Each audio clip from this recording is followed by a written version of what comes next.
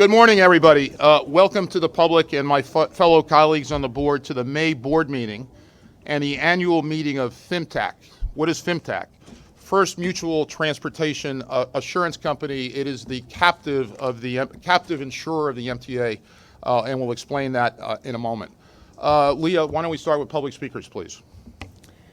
Thank you, Mr. Chairman. We have 22 members of the public registered to speak today. Before we begin our public comment period, I want to remind everyone that your safety is our first priority, and therefore we ask you to follow the following procedures.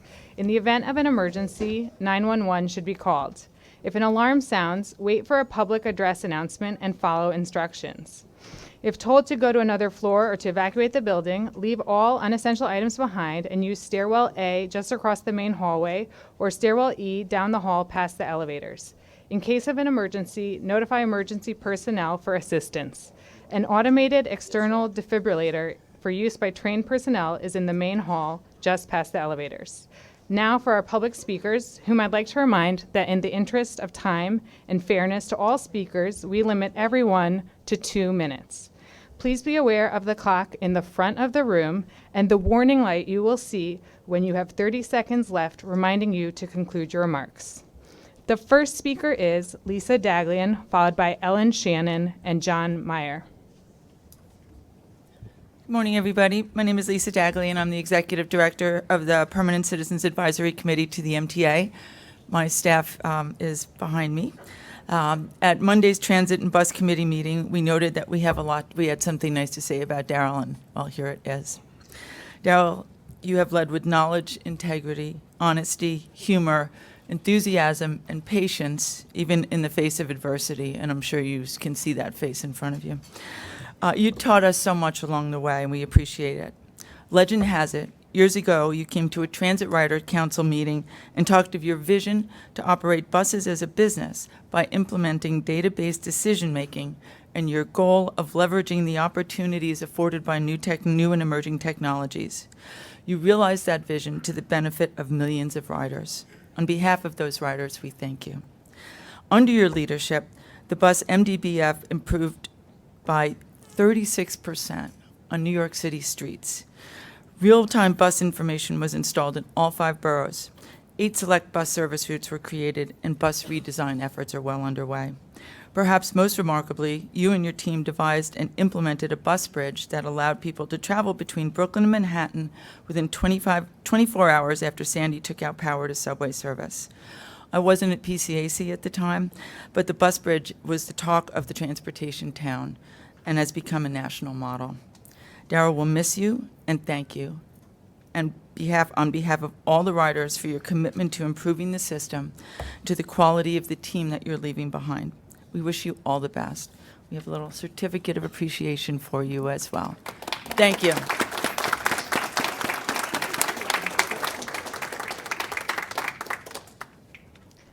The next speaker is Ellen Shannon, followed by John Meyer.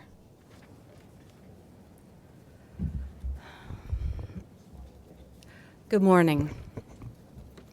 I'm Ellen Shannon, the Associate Director of the Permanent Citizens Advisory Committee to the MTA. As advisors to the MTA on behalf of their riders, we very much appreciated Commissioner Ferrer's comments on the sexual assault problem on transit at Monday's Transit Committee meeting. It is because of those remarks and the interest expressed by Committee Chair Feinberg that we are raising the topic today. We'll have a more detailed report, including recommendations, in the coming weeks. Unfortunately, if you're a woman in New York, chances are you've experienced a sexual assault on the subway or know someone who has. And we also know it goes beyond women. Yet it remains inadequately addressed on many levels by the entities who can make a difference. In fact, we don't really know the extent of the problem due to the substantial underreporting and because these assaults, when they are reported, are not clearly identified in the monthly briefing books. We would like to see that changed, as well as the way they are addressed. Based on input from victims' experiences, we've begun an in-depth review of how sexual assaults are handled, including good practices from other transit agencies. They range from awareness campaigns to deterrence to reporting processes and penalties. The conversation that began on Monday prompted us to speak up today, but our work has been ongoing and is not yet done. We are committed to working with you, as well as New York City Transit, the Transit Bureau, our elected officials, and riders themselves who can help others by knowing what to look for.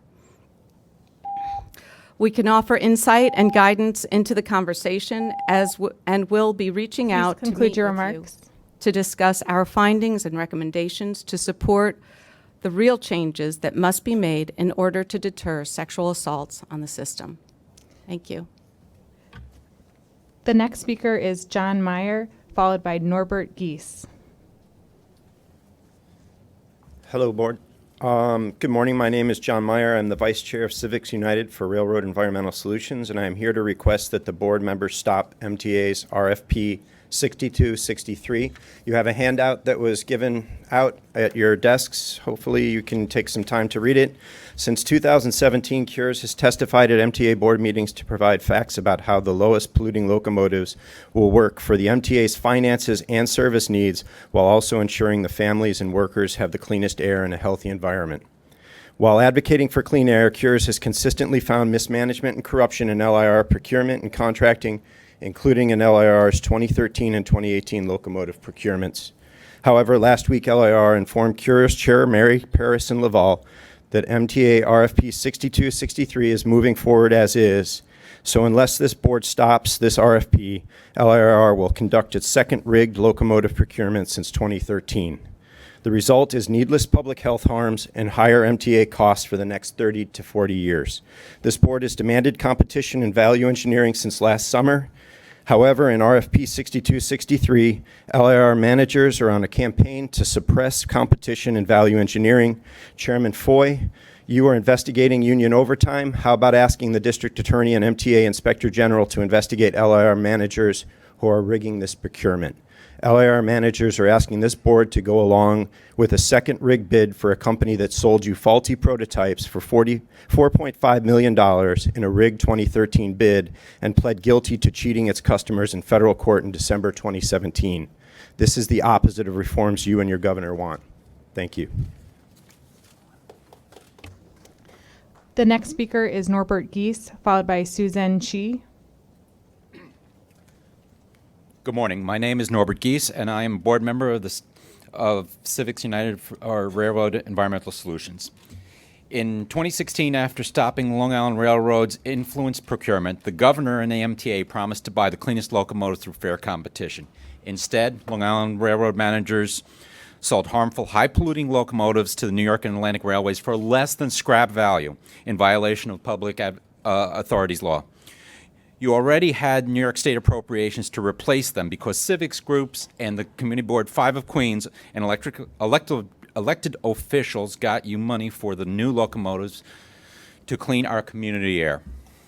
Then Long Island Railroad managers and retired Long Island Railroad Chief Mechanical Officer Mark Sullivan at STV devised hyper-customized MTA RFP 6263.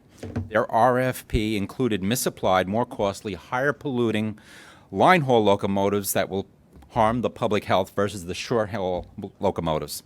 Their RFP has restrictive specifications that suppress competition and favor Caterpillar Progress Rail, the same preferred vendor in Long Island Railroad's rigged 2013 procurement. Long Island Railroad managers did this despite operation failure of Caterpillar Progress Rail's PR-20B locomotive, which went into service in 2016. Caterpillar and Progress Rail are candidates for debarment.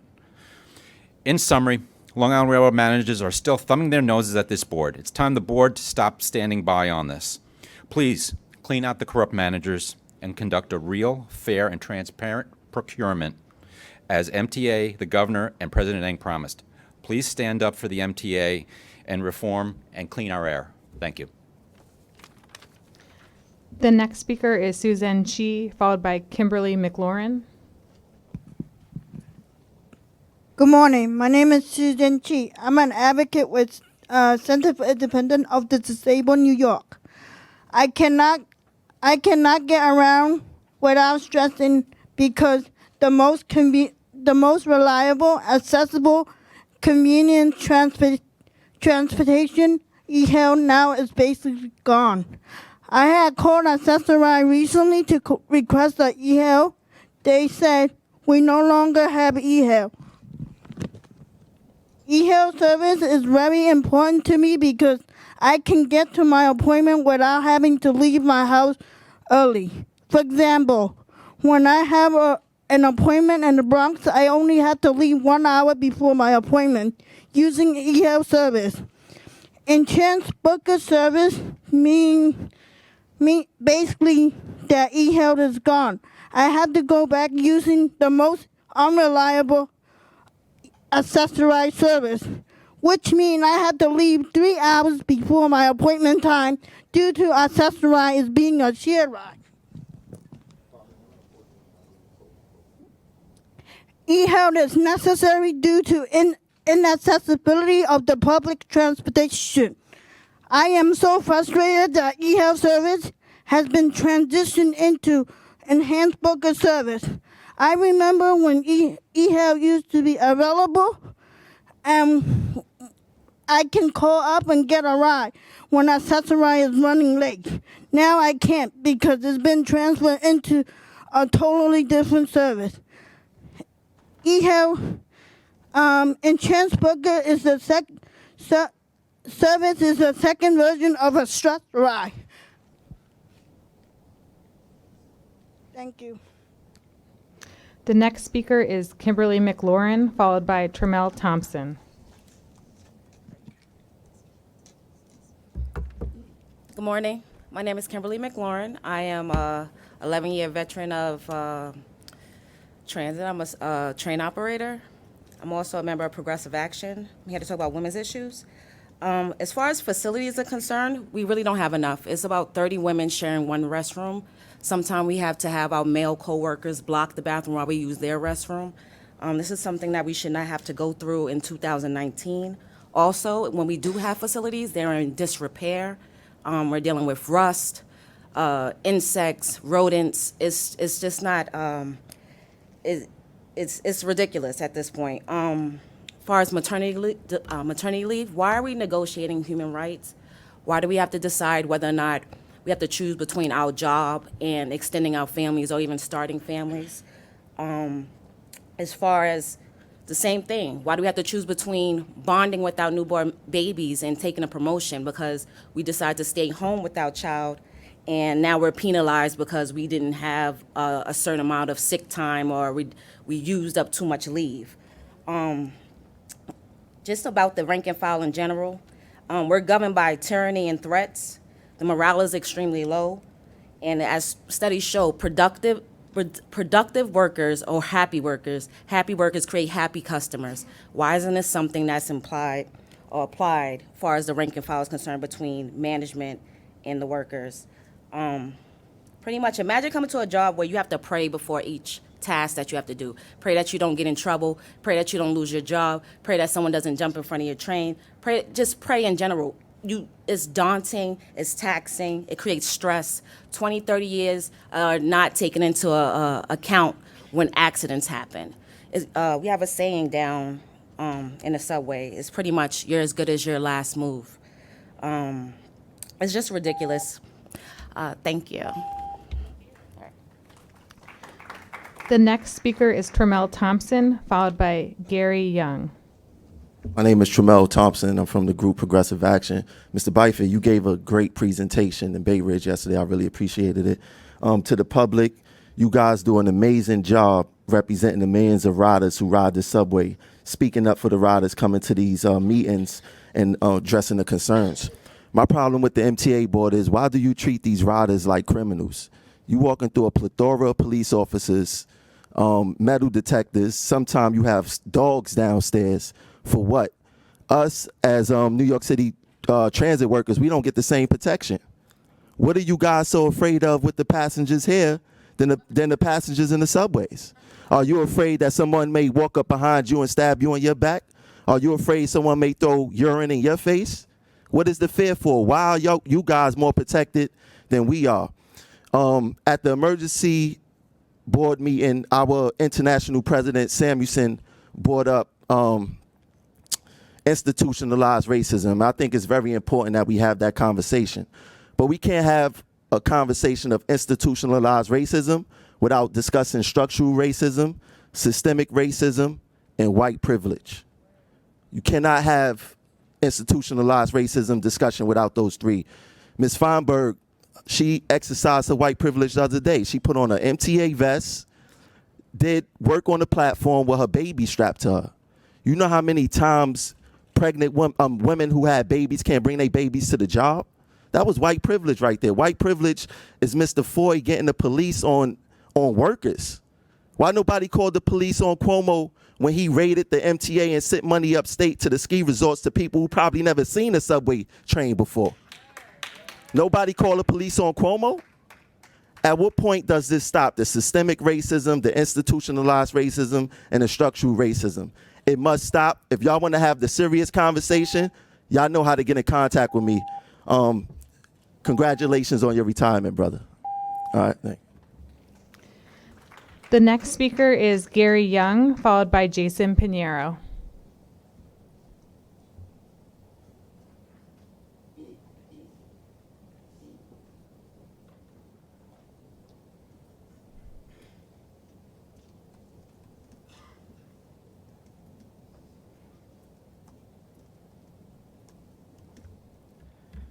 All right, good morning, board members. Good morning, our transit executive. Today, as a concerned citizen, I would like to talk about buses. Now, I know this goes with the transit committee, but I figured that if all the board members are here, I can't make it to Monday meeting, I'll show up today. Now, as many of you know, that our transit system, especially our buses, are in severe decline.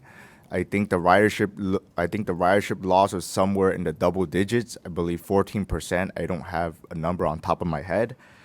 Now, the MTA seasonally adjusts bus routes about every quarter, and I would like to express my concerns. This summer, the MTA adjusted a few routes, and they average out a saving of 81,000.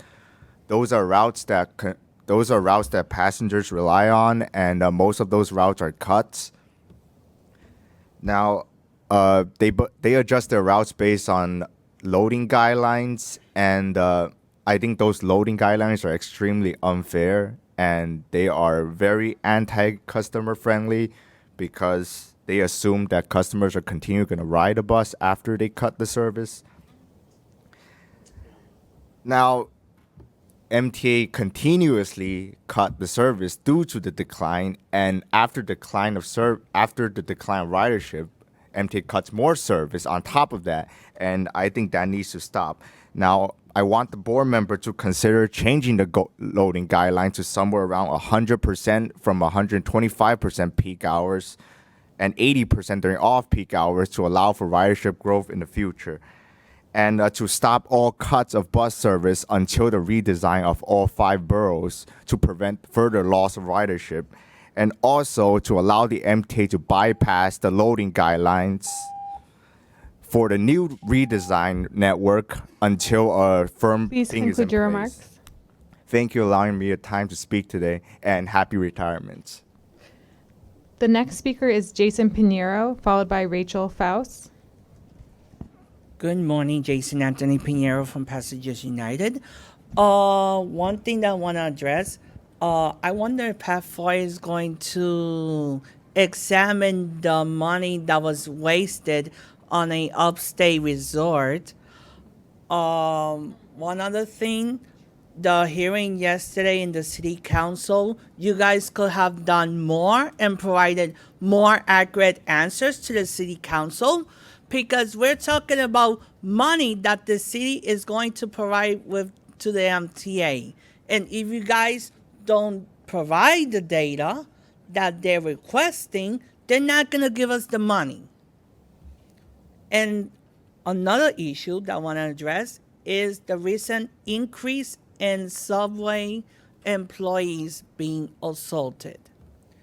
We know that they have a duty, that is move 8 million riders like my own self that use the system every single day, and I hope that the media is paying attention to this because this issue shouldn't be ignored. A subway conductor being assaulted in Coney Island. A female conductor assaulted at Coney Island. This shouldn't be happening. The people or person who is responsible for this should be in jail. Because according to the MTA rules, if a person assaults a transit employee, it could be 7 years in prison. We hope that the MTA enforces that rule to the top of the extent. And I hope that every single board member takes the subway on the late night hours between midnight and 6 a.m. and experience the horror that commuters like myself go through every day. That's all I have to say. The next speaker is Rachel Faust, followed by H.P. Schroyer. Good morning. My name is Rachel Foss. I'm the Senior Research Analyst for reInvent Albany. We advocate for more transparent and accountable state government, including state authorities like the MTA. I'm here to follow up on a letter sent to CEO and Chairman Foy and the MTA Board by 11 organizations calling for the upcoming discussion over the reorganization of the MTA to be public, transparent, and consultative. The letter was sent by the following groups, some of whom are here today: New York Lawyers for the Public Interest, New York League of Conservation Voters, NYPIRG Strap Hangers Campaign, Permanent Citizens Advisory Committee to the MTA, or the PCAC, Regional Plan Association, reInvent Albany, Riders Alliance, Transit Center, Transportation Alternatives, Tri-State Transportation Campaign, and Streets PAC. The letter's asks include publicly releasing the reorganization plan developed by Alex Partners and any accompanying analysis as soon as possible to give the public and stakeholders ample opportunity to review and weigh in on the plan as soon as possible. Reaching out to stakeholders, including rider groups, unions, advocates, and elected representatives, well before a reorganization plan is released and voted on, and publicly consulting with them about potential recommendations. This should be done outside of the MTA board meeting process, which limits public comments to 2-minute presentations, and also limits dialogue. And we last asked that the public there be a public release of the additional reviews by Alex Partners of waste, fraud, and abuse, conflicts of interest, duplications of functions, and the overtime issues as soon as it is received by the MTA board. We would like to acknowledge that we've heard a response from Chairman Foy and his staff, and we hope that a meeting of the minds can occur on this issue. We look forward to circling back with our colleagues, and would like to emphasize that this process should be transparent and public, not after decisions are made, but before. Thank you very much. The next speaker is H.P. Schroer, followed by Sista Shirley. Mr. Schroyer, just for a second, with Memorial Day approaching, I wanted to thank you for your service on behalf of the entire board and everybody at the MTA. Thank you very kindly for acknowledging that. Good morning. My name is H.P. Schroer, Director of Veterans Advocacy Organization called UMIWI. When I first appeared before this board, I was a lonely voice, requesting all veterans receive the same discount as seniors. While the board took no action, I want to thank you for listening and for the many members who encouraged me not to give up the fight. When I said we would not go away till we accomplished our goal, that day may be closer to becoming a reality. This is due to the efforts of Patrick Foy and Commissioner Larry Schwartz, who have recognized the injustice to veterans and already have taken steps to correct it. I look forward to working with you and Andy in getting the state to pass bills enabling all veterans to purchase a MetroCard at half price. We have started a telephone campaign to get these bills passed in this session. I also want to thank Jason and Shane Anderson and the others who have supported us during the last year and a half. I realize there's a lot more work to be done, and trust me, while I may not be appearing before you with the same frequency as in the past, I am not going away, but will continue to work till the day I and my fellow veterans can purchase a veteran MetroCard. Thank you for listening and for recognizing that a veteran's service and sacrifice for country is worth 2 cents. The next speaker is Sista Shirley, followed by Colin Wright.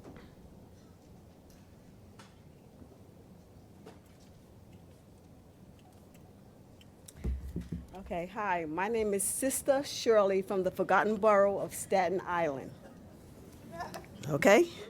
Okay, unfortunately, we are also forgotten by the MTA. For example, in order to obtain a half-fare Metro card, we have to take a bus to get to the train station to get the card. So I have to pay a fare in order to get the Metro card. And you're only allowed to get one card at a time, okay? And sometimes when I go as far as leaving Staten Island to go to the Bronx, I may have to pay 2 fares because it takes sometimes over 2 hours to get there. Also, Also, when you obtain a Metro card that has the face on it, right, you have to pray that you do not lose it because it will take over a month to get it replaced. Now, I don't understand why everybody else who don't have any type of disability can get a Metro card replaced just like that. But with us, you have to wait for it, and you only can get one at a time. And also, the buses are not getting to the ferry on time. I was told that they're scheduled to get there sometimes 1 to 5 minutes after the ferry leaves, okay? Why can't you schedule it so we can make these ferries?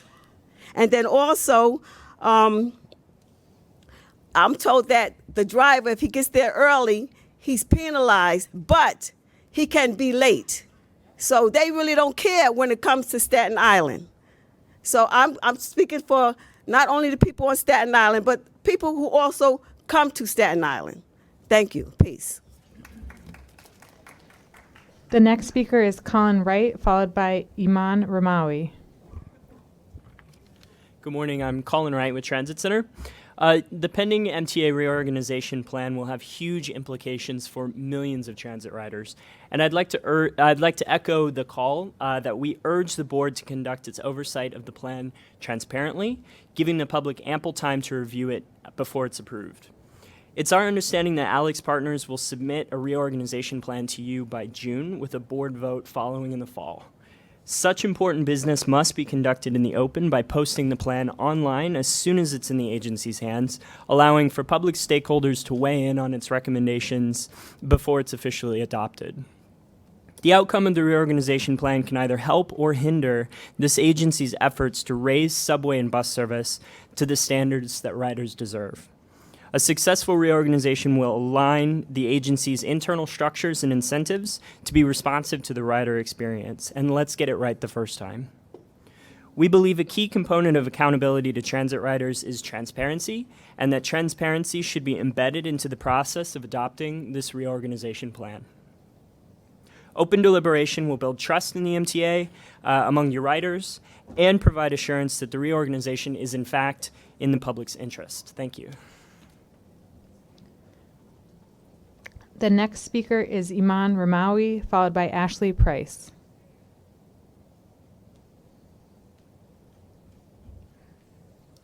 Thank you. Good morning. My name is Iman Ramawi. I'm from New York Lawyers for the Public Interest. So I have a few different statements. I get calls and emails and texts every single day from folks who use Access-a-Ride every day. I use Access-a-Ride every day. And I've gotten two very concerning stories that I figured I'd come here and share in person. So the first is from Annalise Rivera, who shared her and her partner are both wheelchair users and use Access-a-Ride. And I'll share just a little excerpt from the letter that she sent me about her partner. Due to the nature of his disabilities and the weeks of complications, I've asked multiple reps how to take him off broker vehicles and place him in a regular Access-a-Ride vehicle. But eligibility says they can't promise it.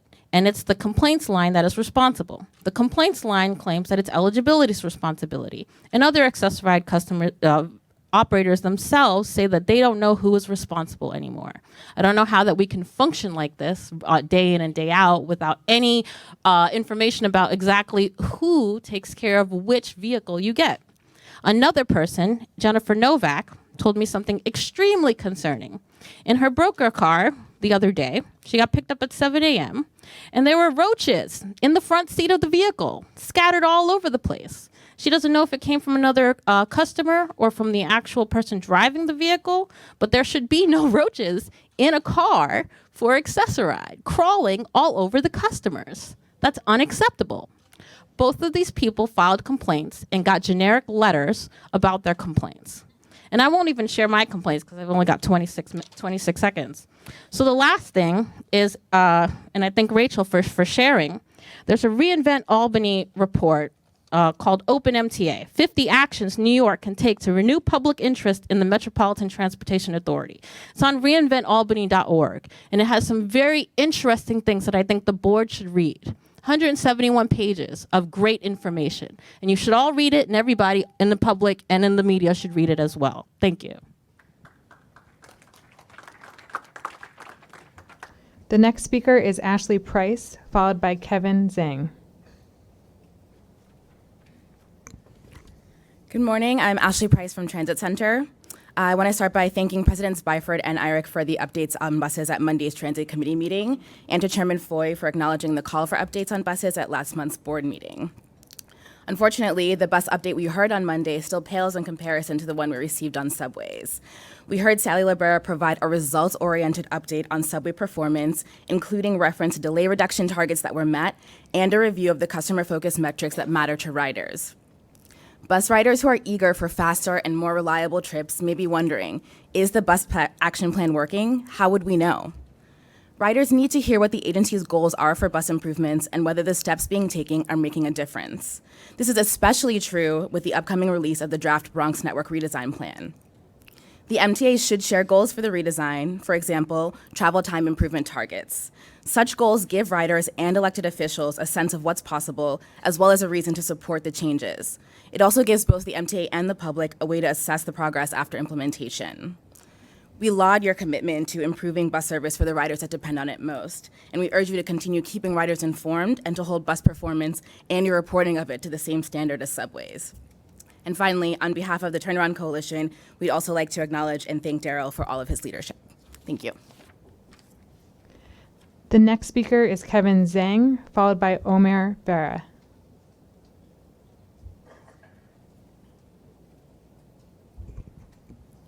Hello, good morning to Pat Foy and Andy Byford. My name is Kevin Zhang. I also want to mention about Omni cards. There's a different types of Metro cards, our student pass, reduced fare, and easy pay. There's many ways that Omni Tap and Go cards are getting a new feature. Omni cards are different types, have student pass, Omni cards, reduced fare Omni cards, and easy pay Omni cards. I hope the Omni are very excited to use Tap and Go cards, including credit and debit cards, on May 31st, 2019.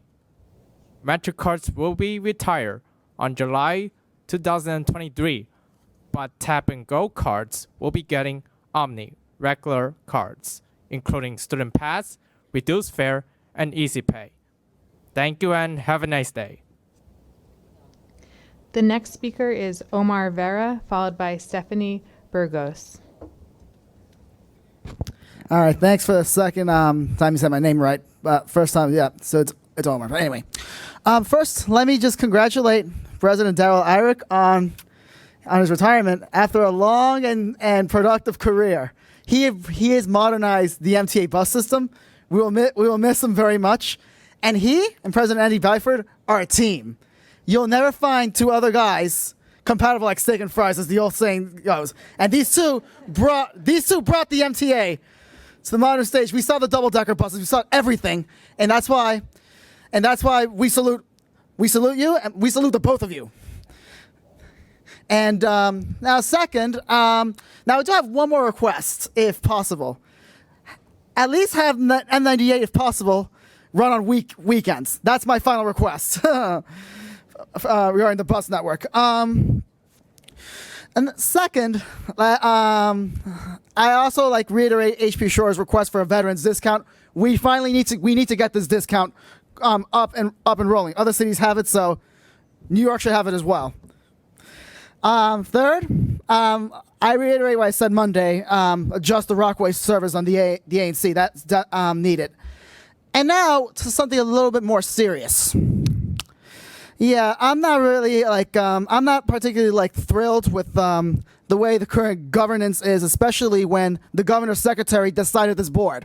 It's not her job to decide this board, and it's her boss's job, which is and that's why. No offense to all new people, but this is something veterans like people who are knowledgeable in the field have to reserve for those knowledgeable in the field.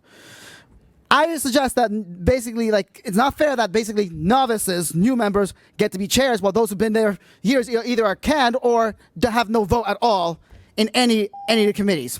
That's strange. And I recommend one more thing: have any new members pass the civics exam before being admitted to the board. Thank you. The next speaker is Stephanie Burgos, followed by Sasha Blair Goldenson.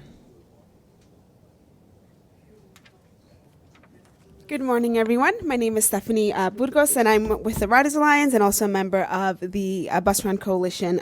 But I also want to echo, I want to wish Darrell Irick the best in his retirement. It's amazing how much we've come along. When I first started, I never thought buses would get better, but we're getting there, and I'm really happy to have worked with you. And whoever comes next has big shoes to fill.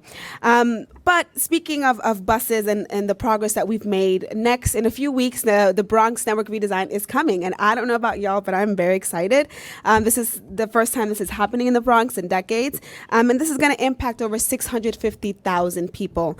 But as other members in the coalition have echoed, in order for us to make sure that the redesign is successful, we need goals. We need measurable goals. For example, the mayor has made a commitment that by 2020, he wants to increase bus speeds by 25%. We can measure that. We can go back and see, did he make his goals? But for the redesign, we don't quite have that. We don't really have, what is it that you're trying to accomplish with the redesign? How are we going to say you made it? And so the riders, we hard at work, decided to help y'all come up with how do you measure those goals. And so last week we released our one-pager and our list of demands of what riders want to see in the Bronx. And I kind of want to go through that, right? The main thing that we want the redesign to do, we want it to make buses better, but we want to make sure that people are able to get to where they want to go, and that we're providing Bronx residents with economic opportunity, mobility, and of course, peace of mind, because getting around in the Bronx by buses can be a real hassle.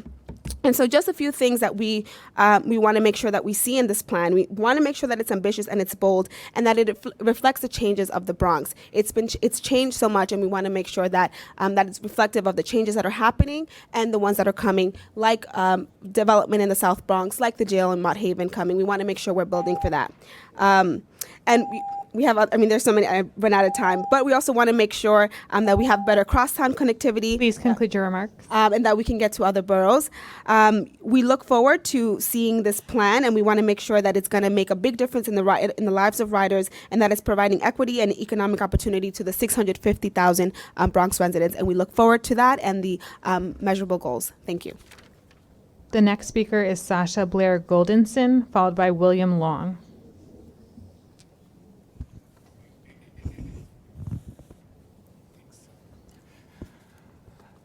Good morning, board. Good morning, advocates, riders, and MTA staff. Thanks everyone for being here. My name is Sasha Blair Goldenson. I'm from the Elevator Action Group at Rise and Resist. But I'm not wearing my Elevators Are for Everyone shirt today because I have a slightly different message, which is, I was at the New York court yesterday. The judge made it very clear that he sees the injustice of what's happened in our system, that only 1 in 5 stations is accessible to everyone. But it's going to take a mandate from him and commitment and action from the governor to make that happen. and it needs to, and it will. In the meantime, I wanted to share a story that I heard that was very disturbing and concerning from Susan Chi, who spoke earlier today, about a ride that she took on the number 4 train because she can't always get an access ride, especially with the restriction of the e-hail service.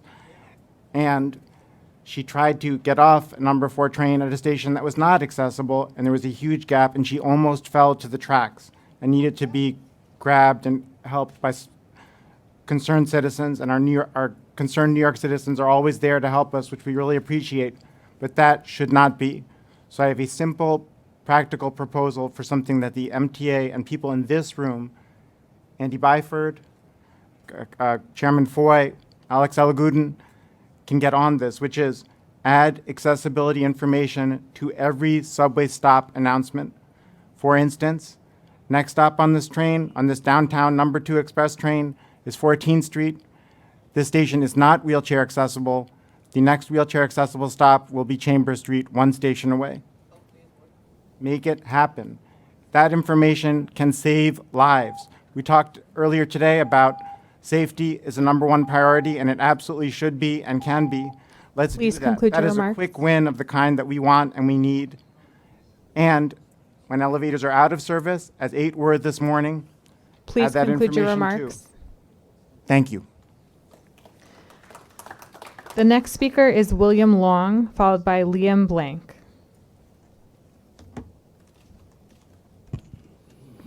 Good morning, ladies and gentlemen. My name is William Long. I'm a Riders Alliance member and resident of the South Bronx. I work at JFK Airport, Terminal 4. It takes me more than 2 hours to get to work, multiple trains and buses and headaches. Trying to get back home is even longer. It takes me up to 3 hours due to the fact that the Q10 bus that takes you to Kew Garden Station to catch the E-train to get you to the city that runs local all night. There are many options to get to JFK Airport from the Bronx. There's not many options to get to JFK Airport from the Bronx. The current option is for those who own a vehicle, take a cab ride that costs more than $60, or take the train bus and then pay an additional $10 round trip on the air train. Queens, Long Island, Brooklyn have benefited from economic opportunities to the airport that the airports have to offer, leaving the Bronx, Staten Island residents seeking timely and costly alternatives. I cannot afford taxi rides from Bronx to Queens every day, and I sure can't pay for the $10 round trip on the air train for the monthly costs for the additional monthly costs I pay for the MetroCard. The commute to JFK Airport, a major hub for New Yorkers citywide, is taking a toll on Bronx riders, and at times Bronx riders are discouraged from seeking employment at JFK due to the location and public transportation hardship. Bronx residents should no longer be cut off from this economic opportunity.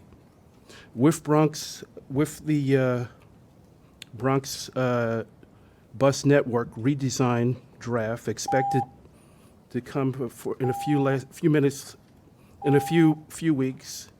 Anyway, basically, I hope you get some direct service from the Bronx to JFK Airport and other airports.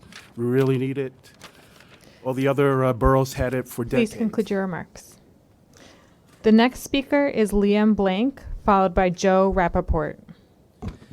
Good morning. My name is Liam Blank. I'm the Advocacy and Policy Manager for Tri-State Transportation Campaign, which is a nonprofit that's fighting for better transportation policy in New York, New Jersey, and Connecticut. We're glad that the bus plan is moving forward and that the redesigns are in progress. We want to ensure that the redesign for the Bronx is substantial and will not only better serve existing riders, but attract new bus riders as well. That means that the MTA needs to prove that they're on track with the technical improvements like all-door boarding, transit signal priority, identifying new bus priority corridors, etc. But it also means that the MTA needs to ensure that they're creating a network design that will, in and of itself, provide the kinds of improvements to routes and frequency on those routes that riders need to see. Transparency and accountability are important parts of the redesign process, so the MTA needs to report to the board and the public in a regular and comprehensive way. There needs to be tracking for real metrics of bus service that is in line with the kind of robust tracking that is used with subway improvements. Bus service deserves nothing less. We're glad that the redesign process is beginning in Queens, and we and our colleagues in the Bus Turnaround Coalition are working to ensure that riders are actively engaged in the process. We look forward to seeing the results of the Bronx redesign. We expect that those results will be substantial changes to improve service, and we look forward to the same in Queens as well. Thank you, and congratulations, Daryl. Our final speaker is Joe Rappaport.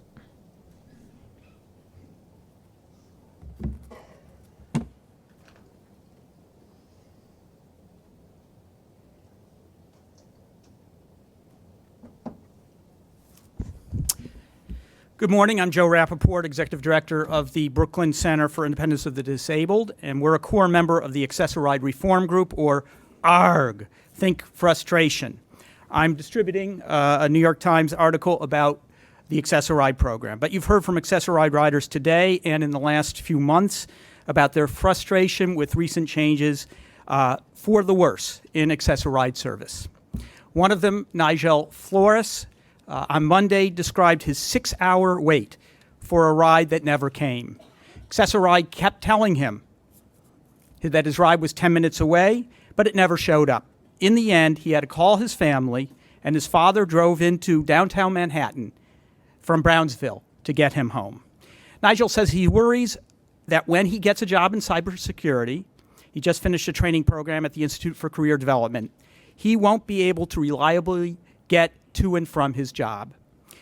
Just to be clear, Nigel can't take the subways, and he wouldn't be able to use them even if every one of them had elevators. That's not to discount the importance of elevators. They're crucial, but Accessoride is just as important. You've got to make sure stations are accessible, and you've got to make sure Accessoride works for the New Yorkers who need it.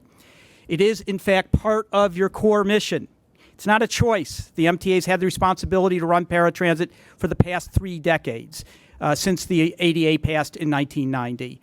If it's not part of your core mission, whose core mission is it to get Nigel to his job? His father's? On elevators, you keep getting sued. Yesterday, Judge Hagler challenged your attorneys in open court. He said, you have to put your money where your mouth is, and that's the truth. That's what he said. Board members, this is your chance to turn around a sorry history at the MTA of excluding people with disabilities and all others who need station access. You can no longer plead poverty. Congestion pricing is coming to New York, and $32 billion is coming your way. Please conclude your remarks. If not now, when? Thank you. Thank you to all of our speakers. Mr. Chairman, that concludes the public comment. Thank you. Here's what I'd like to do. I'd like to talk for a couple of minutes about subway crime. Ask Jano Lieber, our Chief Development Officer, to talk about construction cost report. Mr. Schwartz is going to make a motion. There'll be committee reports, and then there'll be a short executive session. Subway crime and assaults. I want to discuss several extremely concerning incidents we've had in the past previous days. The first is a video of a vicious attack that has been circulating on the web of a teenager on one of our trains. This assault is disturbing and frankly shocking. Second was a shooting at the Franklin Avenue station last night. Police reports indicate that a man fired a gun across the platform, and the bullet or debris from the bullets struck a person on the train in the ankle. The person is expected to recover. The injury does not appear to be life-threatening, but this is incredibly troubling. The gunman in the Franklin Avenue incident has not been arrested.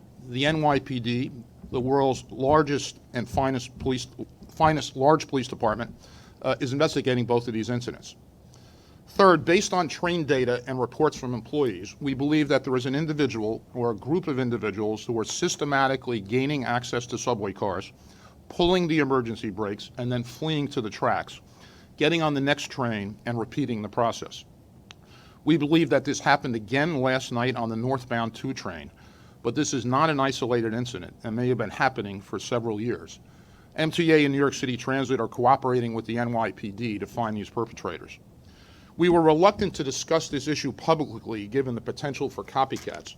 We want to enlist the public's help, our customers' help, in catching these potential criminals who are impacting the lives of thousands of our customers and endangering the lives of New York City transit men and women working on the subways, and ask them to report any suspicious activity they see. We are in contact with leaders from the NYPD, and they are not only investigating but have deployed additional personnel to catch these individuals.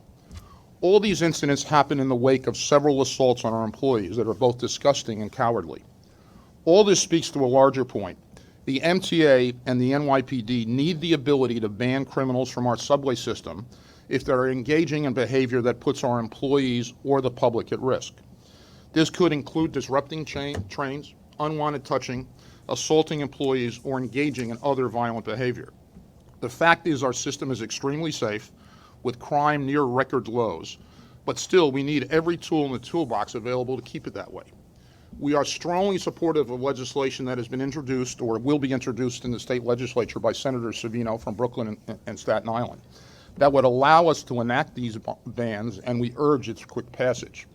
I've personally suggested to Senator Savino that her bill include not only sexual assault recidivists, but people who engage in multiple attacks against transit workers, and that both of those ought to be incorporated in the senator's legislation. Let me talk briefly about PTC. Let's focus on a critical safety priority, positive train control, an integrated train control and communication system currently in progress at both commuter railroads. The federally mandated system provides and requires that by December 2020, that provides for key safety measures that would protect our passengers and our workers. As I said at the Metro-North and Long Island Railroad Committee meeting on Monday, I, along with Managing Director Ronnie Hakem and Commissioner Feinberg, to my left, met with the global CEO of Siemens, Joe Kaiser, and the president of the Siemens Mobility Division in the United States and Canada, Mark Buncher, last Friday. At this meeting, I made it clear and reported in public on Monday that Siemens and Bombardier and the consortium's recent performance in this project has been unacceptable, and that unless their performance on this project turned around dramatically, they were putting their companies and the consortium in danger of losing all future business with the MTA. The CEO of Siemens made a full commitment to meeting the December 2020 federal deadline for PTC, a commitment, not an assurance, and that will be reflected in writing. And I made sure that he understood that we would be holding him and his company to that commitment. This included adding personnel, changing out personnel, reporting publicly on a new, more frequent cycle, and bringing on third-party inspectors and quality control experts. The CEO went so far as to say that if it takes an additional $100 million to fix this issue, he'll make that happen. The Siemens representative said that, of course, I could report to the board and the public the substance of our meeting, as I did on Monday and do again today. Importantly, the Siemens representatives accepted full responsibility for their failures and those of the consortium, and did not seek to shift the blame to the Long Island Railroad or Metro-North. On Monday afternoon, I received a joint apology letter from Bombardier and Siemens, which I've distributed a copy to each of you today. While I accept and value the apology, the commitment and results are what is most important. We still need them to show all of us and to show the public, our customers, the members of this board and the members of the public, that they are truly turning this project around and will consistently deliver. At this point, what I'd like to do is 4 representatives from Siemens and Bombardier are here today. I'll ask them to introduce themselves, identify themselves, and they're going to make brief statements, and then they'll open it up to questions from the board. Mr. Chairman, before they come up here, I'd like to get a reaction from my fellow board members whether or not to allow these individuals to speak at our board meeting and take up our time. At our April meeting, this board unanimously requested that the global CEO, Mr. Kaiser, come before the full board so that each member of the board could ask him questions on whether or not Siemens and Bombardier were going to finish the PTC project on time. We did not ask him to come to meet with you privately. We asked him to come and meet with us, all of us, publicly. I even find the letter that he sent to you 2 days before our meeting be insulting because he didn't even sign the letter himself. He had his flunkies sign the letter. He was supposed to be here today. Flunkies? Flunkies, okay? All right? So he was supposed to be here today, not them. And I want to hear from them. I hope the other board members want to hear from him. And I don't think hearing from them what their commitment is when their track record to date has been abysmal is satisfactory. And I think contractors who are doing business with the MTA, in which this board has to approve those contracts, if we make a request that you attend, at least have the courtesy of showing up so that each board member could have asked whatever questions and determine whether or not those answers were satisfactory. Not to have his surrogates come here and represent their commitment. I've spent enough time on this board to watch contractors lie to my face on getting projects done on time and on budget. And to the best of my knowledge, in the last decade, there hasn't been a single capital project at the MTA that's ever gotten done on time and on budget. So, if the other board members want to hear what these other Seaman representatives have to say. And Bombardier, Mr. Schwartz. And Bombardier, that's your prerogative. I don't think we should listen to these today because Mr. Kaiser disrespected this board by not having the courtesy to come here today, not have the courtesy of contacting us as to why he wouldn't or couldn't appear before us today, and figured that if he had a meeting with Pat, which is fine, that's his prerogative, that would suffice. So, yeah, Mr. Schwartz, I'm going to rule the motion out of order for the following reason. I have ceded time from my chairman's report to the representatives of Siemens and Bombardier. I'm going to ask them to go forward. Thank you. This board has a right to make its own decision, Pat. It's an autonomous board. We all have a fiduciary responsibility to the public here, and it's up to the board to decide whether to let them speak, not you. Yeah, Mr. Schwartz, I believe it's a violation of fiduciary duty not to allow these representatives, senior people from Siemens and Bombardier. I'll also point out, Mr. Schwartz, this is a critical safety issue and not one that we should play politics or games with. I'm not playing politics with this, Pat. I understand the safety. I'm talking about accountability, taxpayer accountability. I'm talking about financial accountability and responsibility. This project has been behind schedule. There's been cost overruns.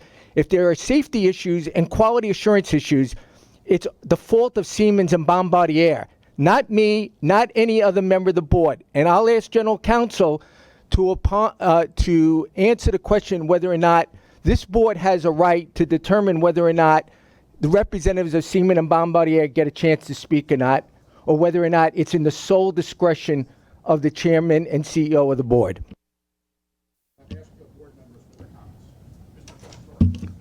So the first question I would like to ask is our agency still responsible to meet PTC deadlines? Yes, sir. Okay, absolutely. so we have an obligation to meet deadlines. We've made decisions to use outside people, consultants and outside companies to do this work and to do this for us. We've recognized that there's challenges, correct? So I guess my question is, what are our options? Why are we going to get into a debate? How is that being helpful to move forward if we do not get a solution in place and let the only show in town finish this work?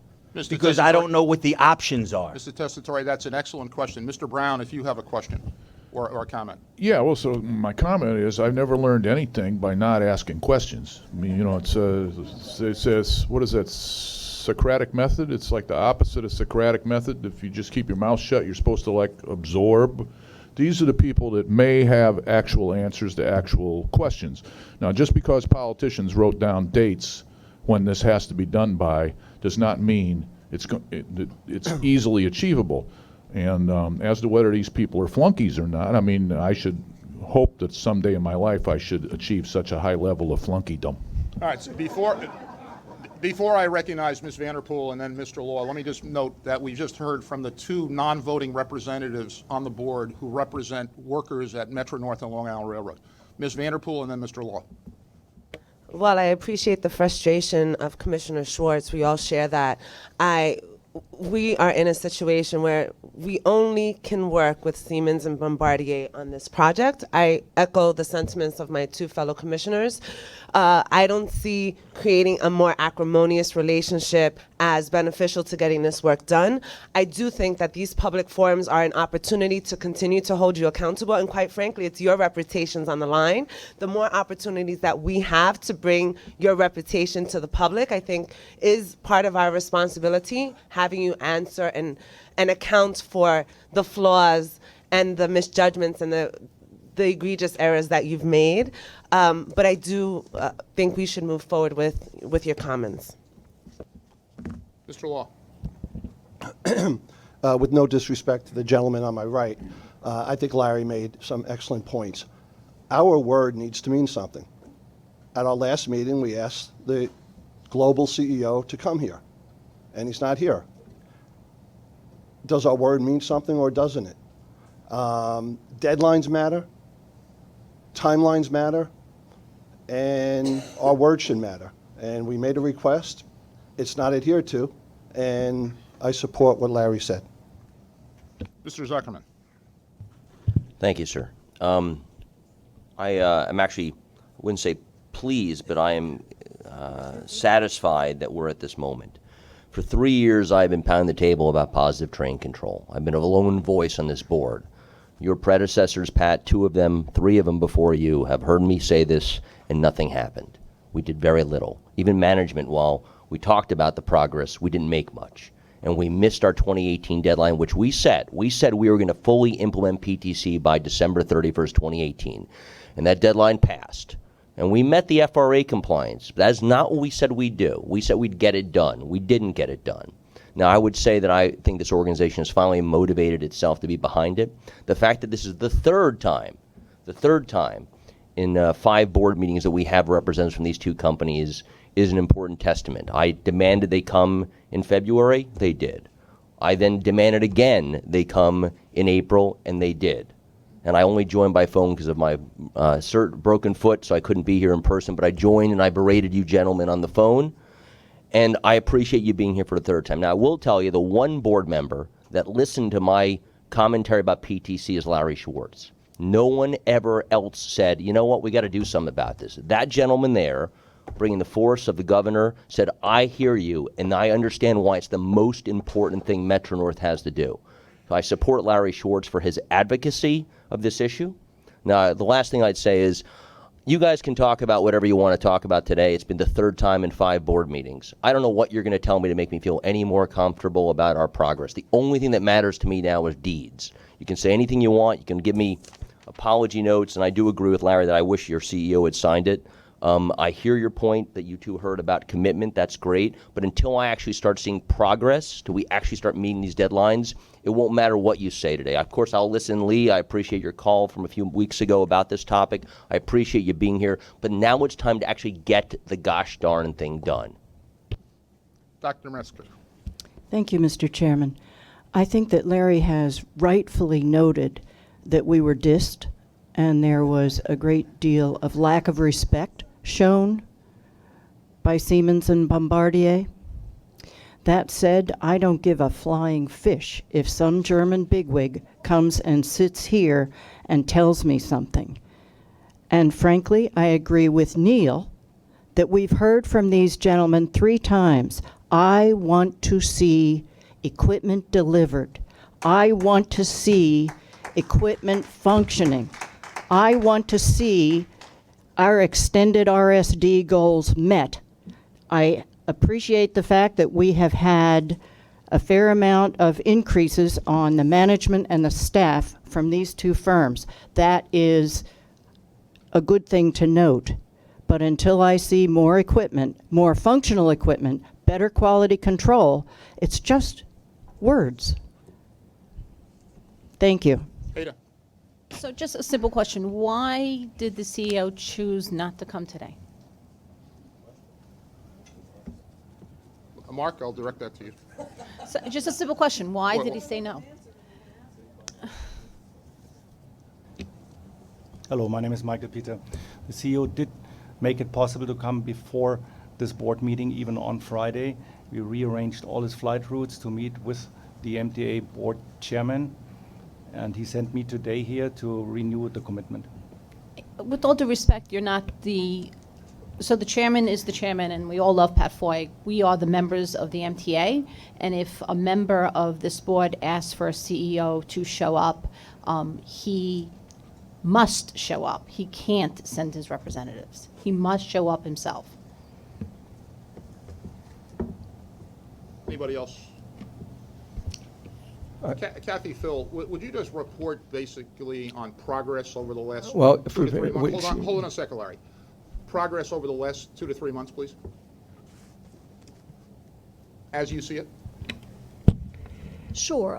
I can start, and then Phil can step in. I mean, I think that for those of you who've been following this project closely over the course of the last 2 years or so, one of the issues that we have been struggling with most and have been working with the SI on most aggressively has been the adequacy of resources. This has been sort of a chronic complaint and a chronic concern of ours.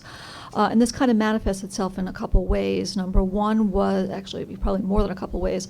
Number one was appropriate support from the upper levels, leadership, sort of, and the message being sort of set down from leadership in terms of the importance of meeting all these deadlines. So that was kind of one issue. The other issue, I think, was the adequacy of technical support, both in the field and with respect to the development of software.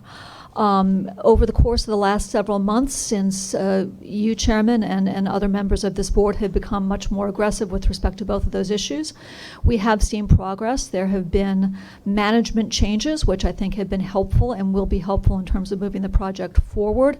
We are continuing to work with both partners with respect to field support. This is an issue that I'm particularly concerned about right now, and they know this because we talked about this on a call we had last Friday. So I think that there is still progress to be made with respect to the adequacy of the support in the field. But I do feel like there have been organizational changes that have been helpful with respect to the success of the project. I don't know if you have anything to add, Phil. No, I think I'll just support what Kathy said. Over the last few months, we have seen an attitude change, and we have seen actions that are supporting that attitude change.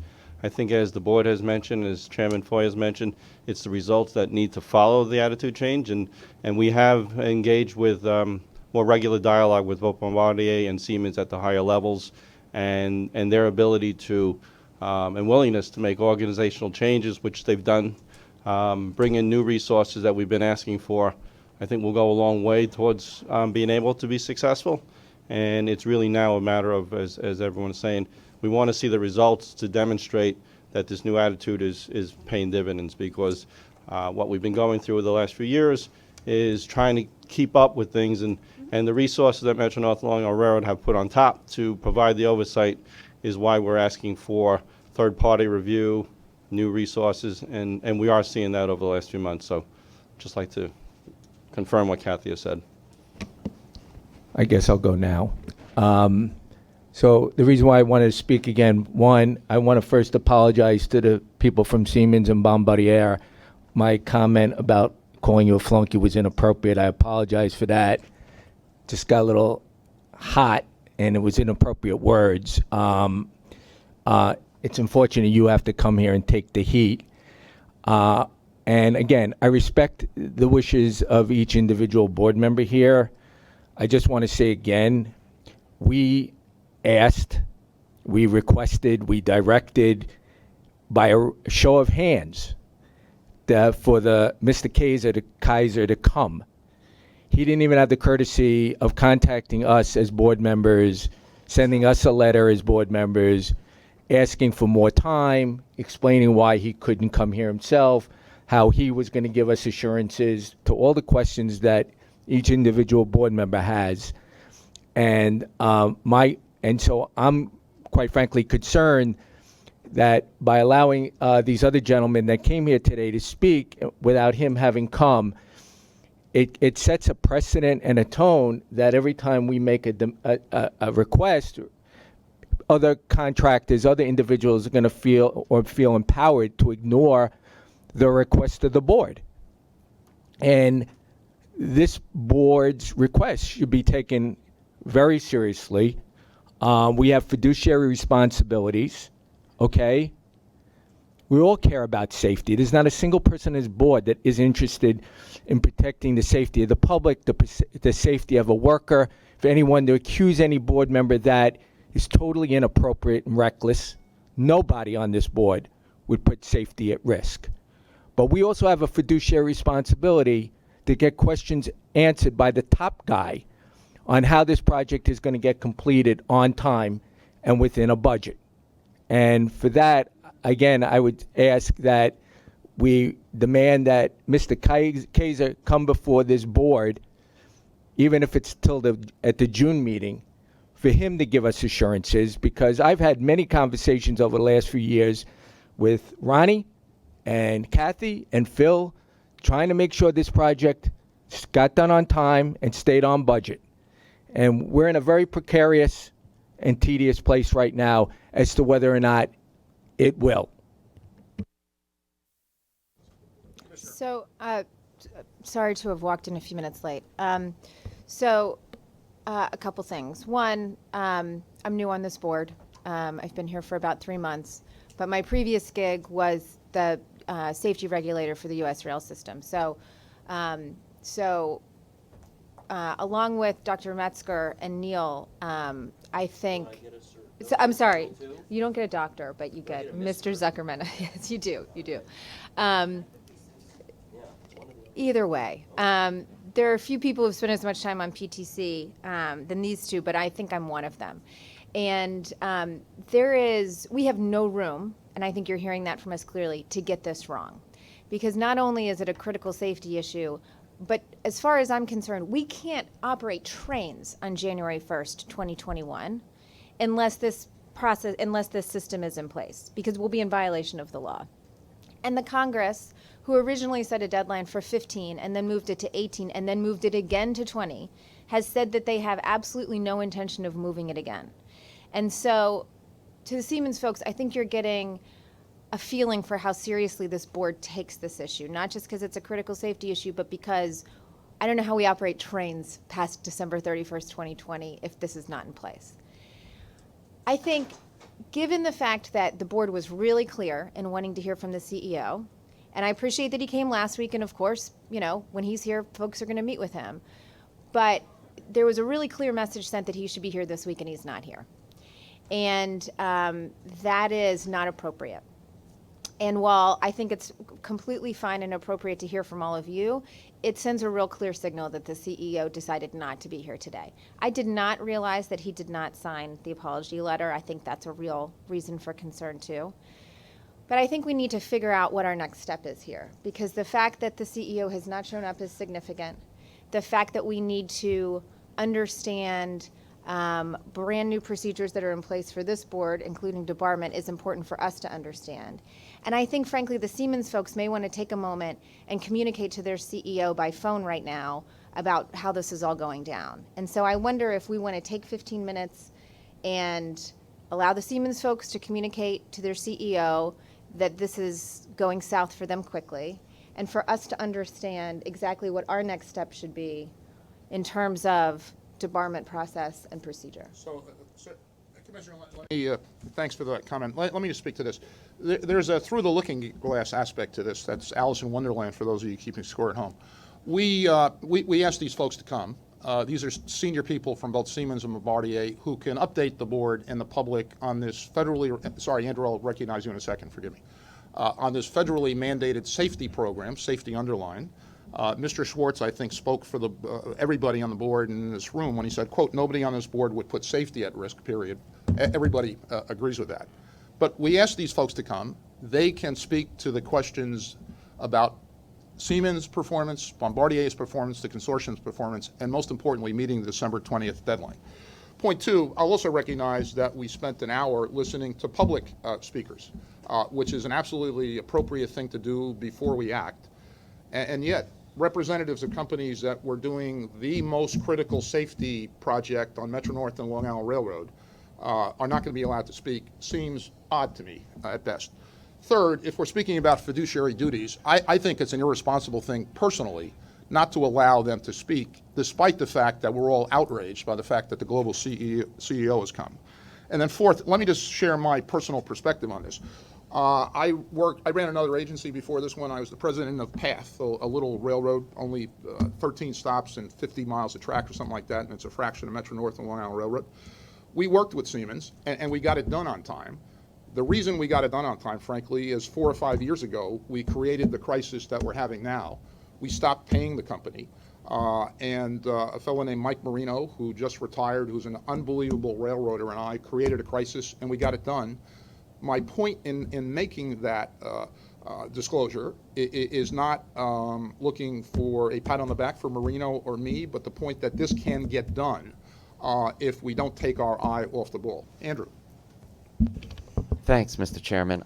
I feel the frustration of my fellow commissioners in the month since we've talked about this, and Finance Committee Chairman Schwartz expressed his opinion on debarment. But I don't know how it behooves us to not listen to these folks who are here today. I think we will glean some very important information. It will help us decide which way to go next.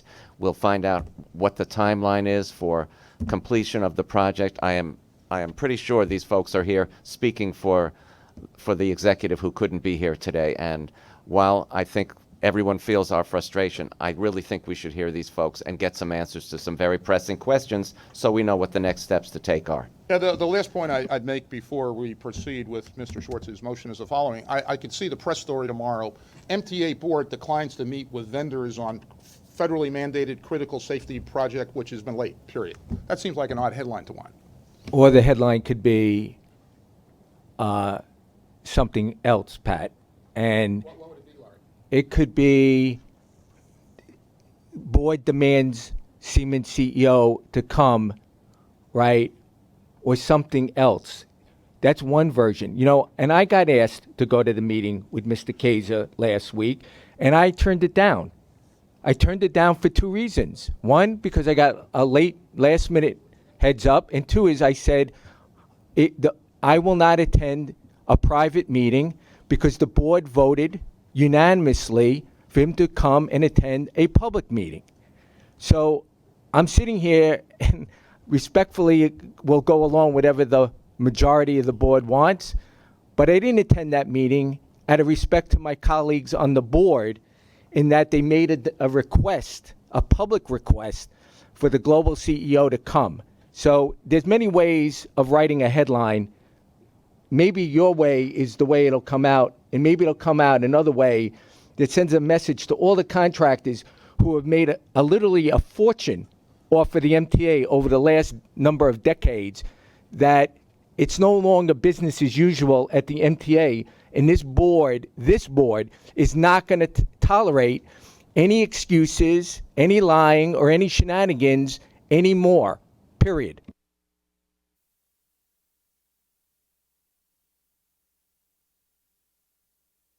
So what motion are we debating right now? That's a good question. The motion not to let them speak. Mr. Kaiser come. Mr. Brown. Are you sure you're not debating tomorrow's headlines? I mean, it seems like you're frustrated journalists here. You know, that we have, if there's practical questions that have to be asked.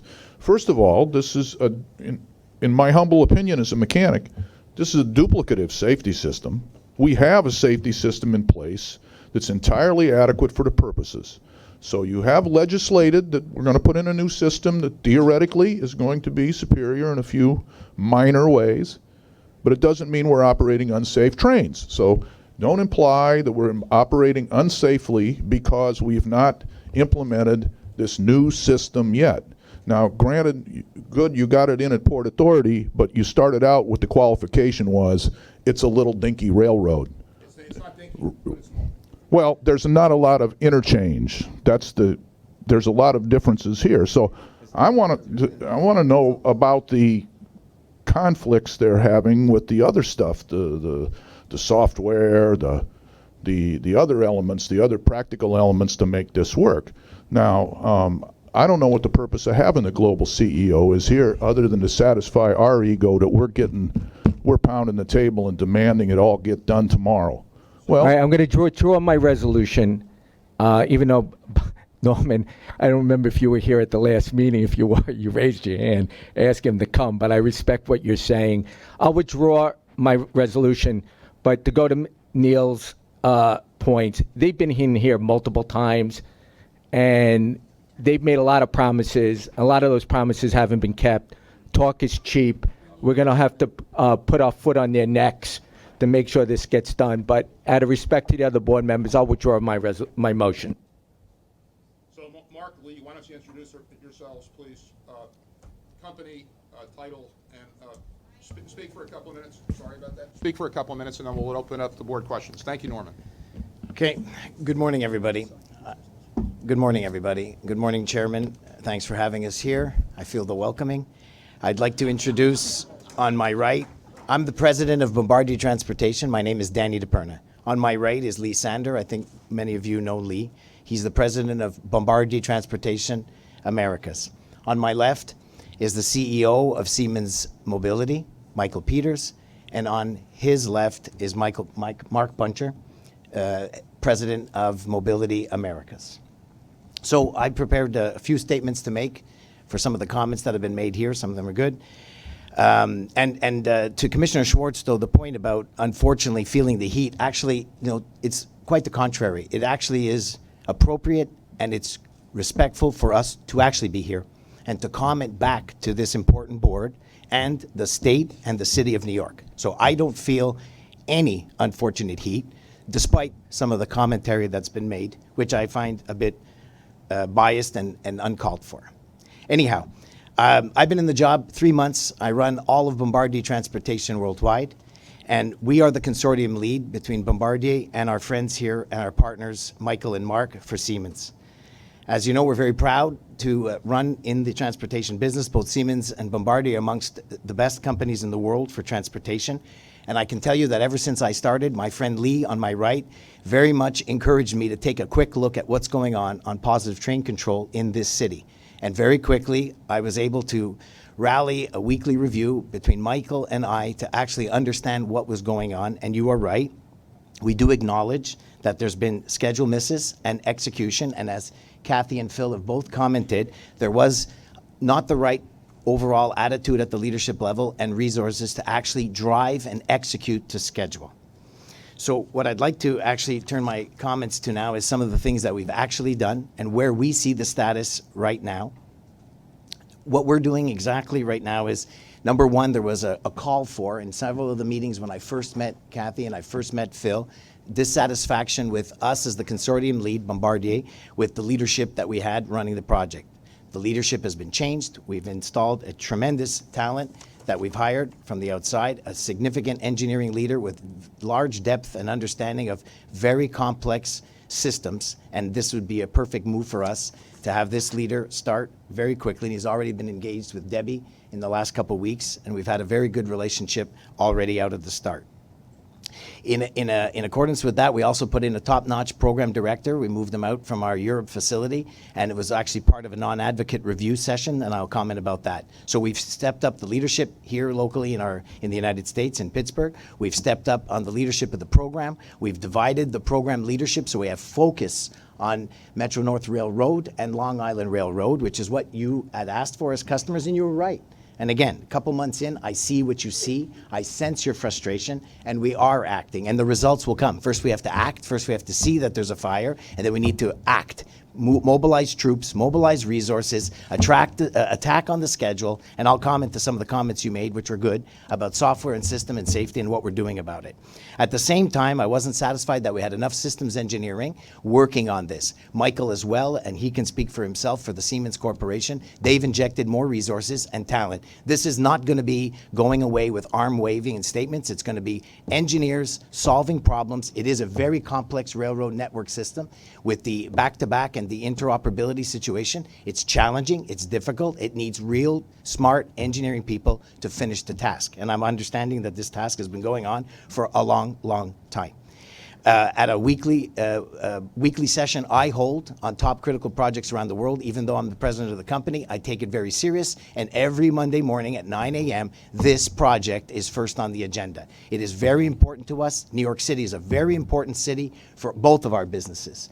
So we take it very seriously, and I am thrilled, actually, to be here, really.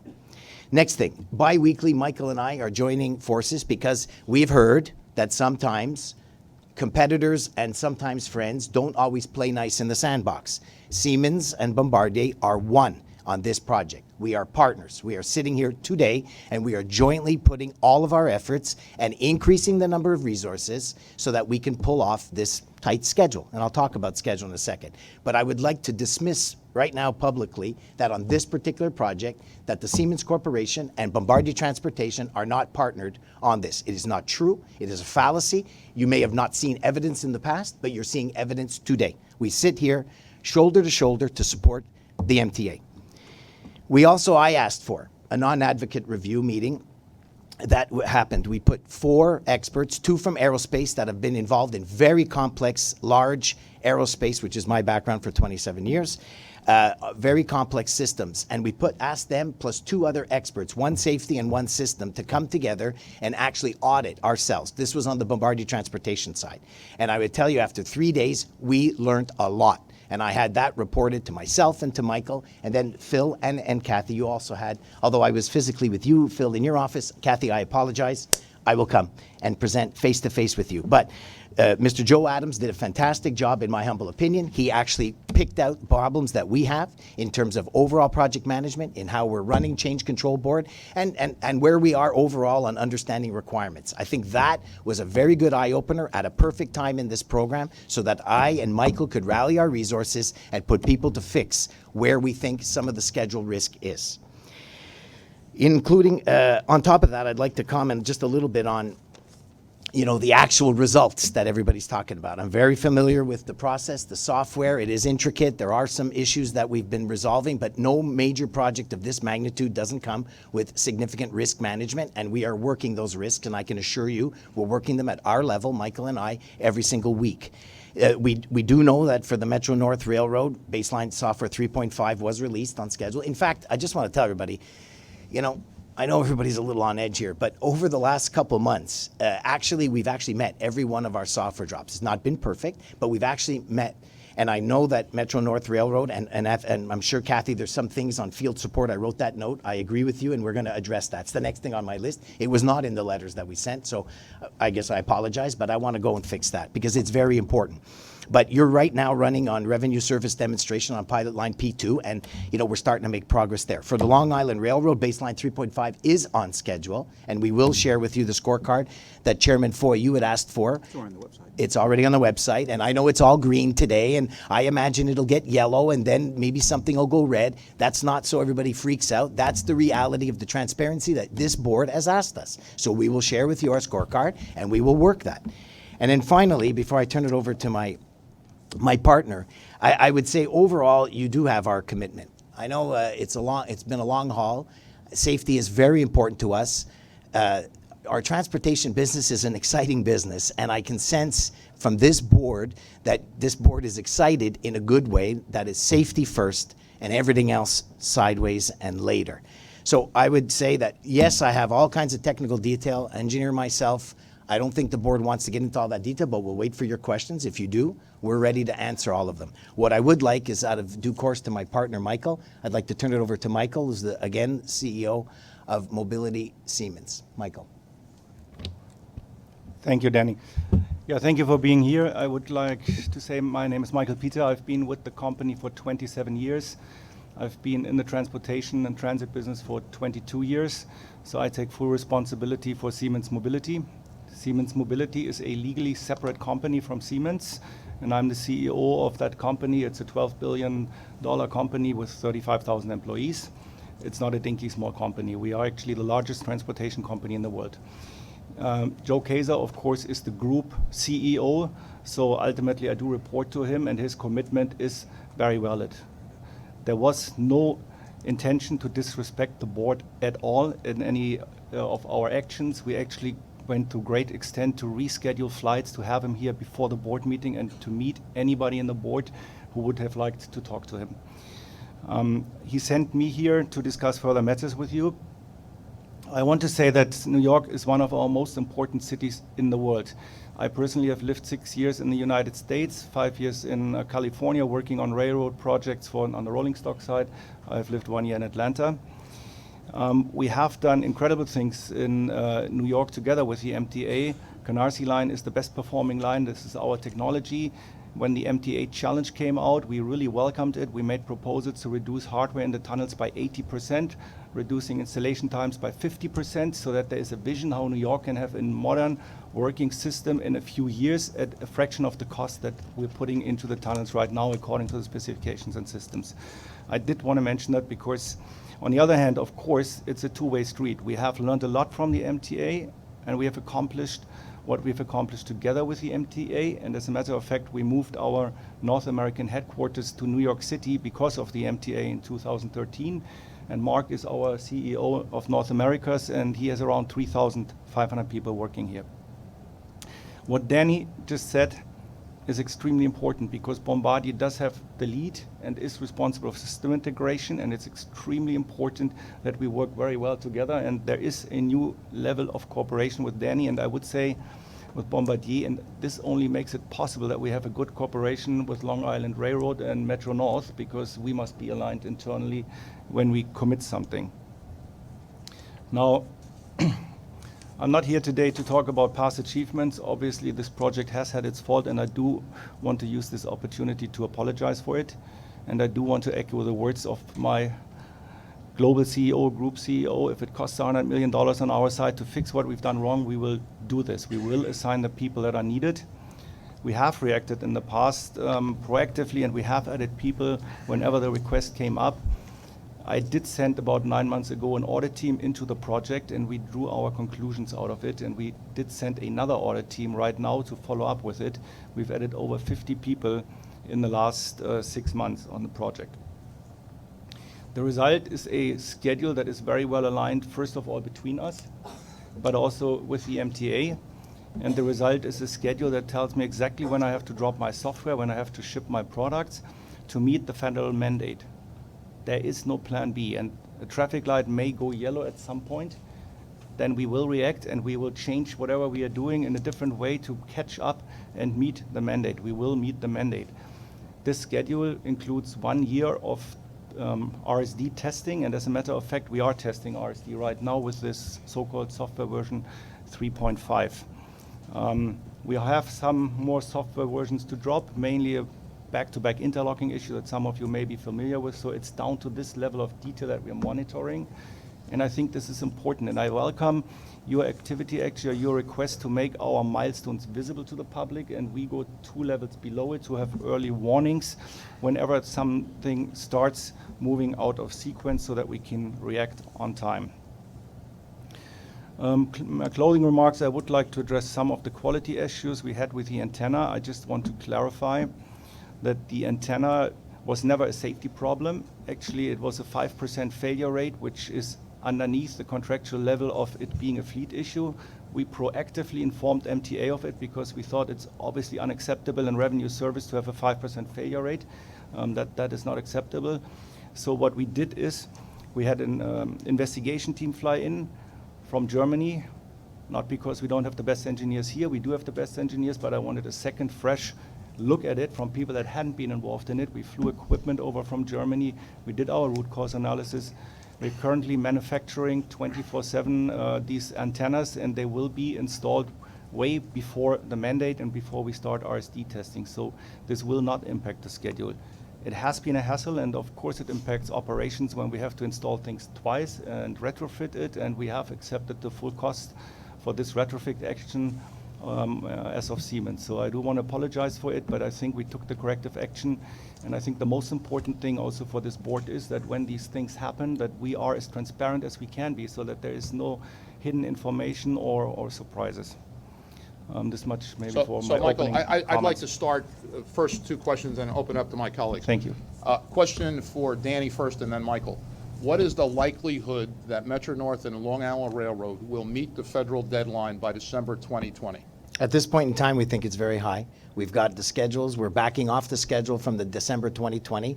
I was very encouraged to see the scorecard that looked, not the fact that it was all green, but there's a detailed list of all of the lines that need to go positive. Our schedule that I've been looking at, and we look at it weekly, claims that we are going to be ahead of that so that we give time to the railroads to do their integration testing and their final follow-up. So right now, for December 2020, we are on track, and we will continue to update, And Danny, Chairman.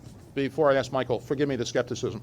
When you say very high, give me a number or a range, please. Well, I don't have a mathematical number. I mean, look, at the end of the day, we need to meet December 2020. Our software schedules say that we will be done with the interoperability, which we're still working on finalizing the requirements. So we're going to work very well with the railroad teams and engineering teams to lock down the final system requirements. And then we're going to go off and do the designing and the testing. And I would say that right now our schedule says by the end of the first quarter 2020, we should have our version 3.7 and possibly for Long Island Railroad, a version software 3.8 that we can test and we can go. That should give us plenty of time before December 2020. So Michael, same question, and in asking this question, I'm asking it of the consortium delivering the final product by December 2020, and then I have one follow-up question. I'll turn it over to my colleagues.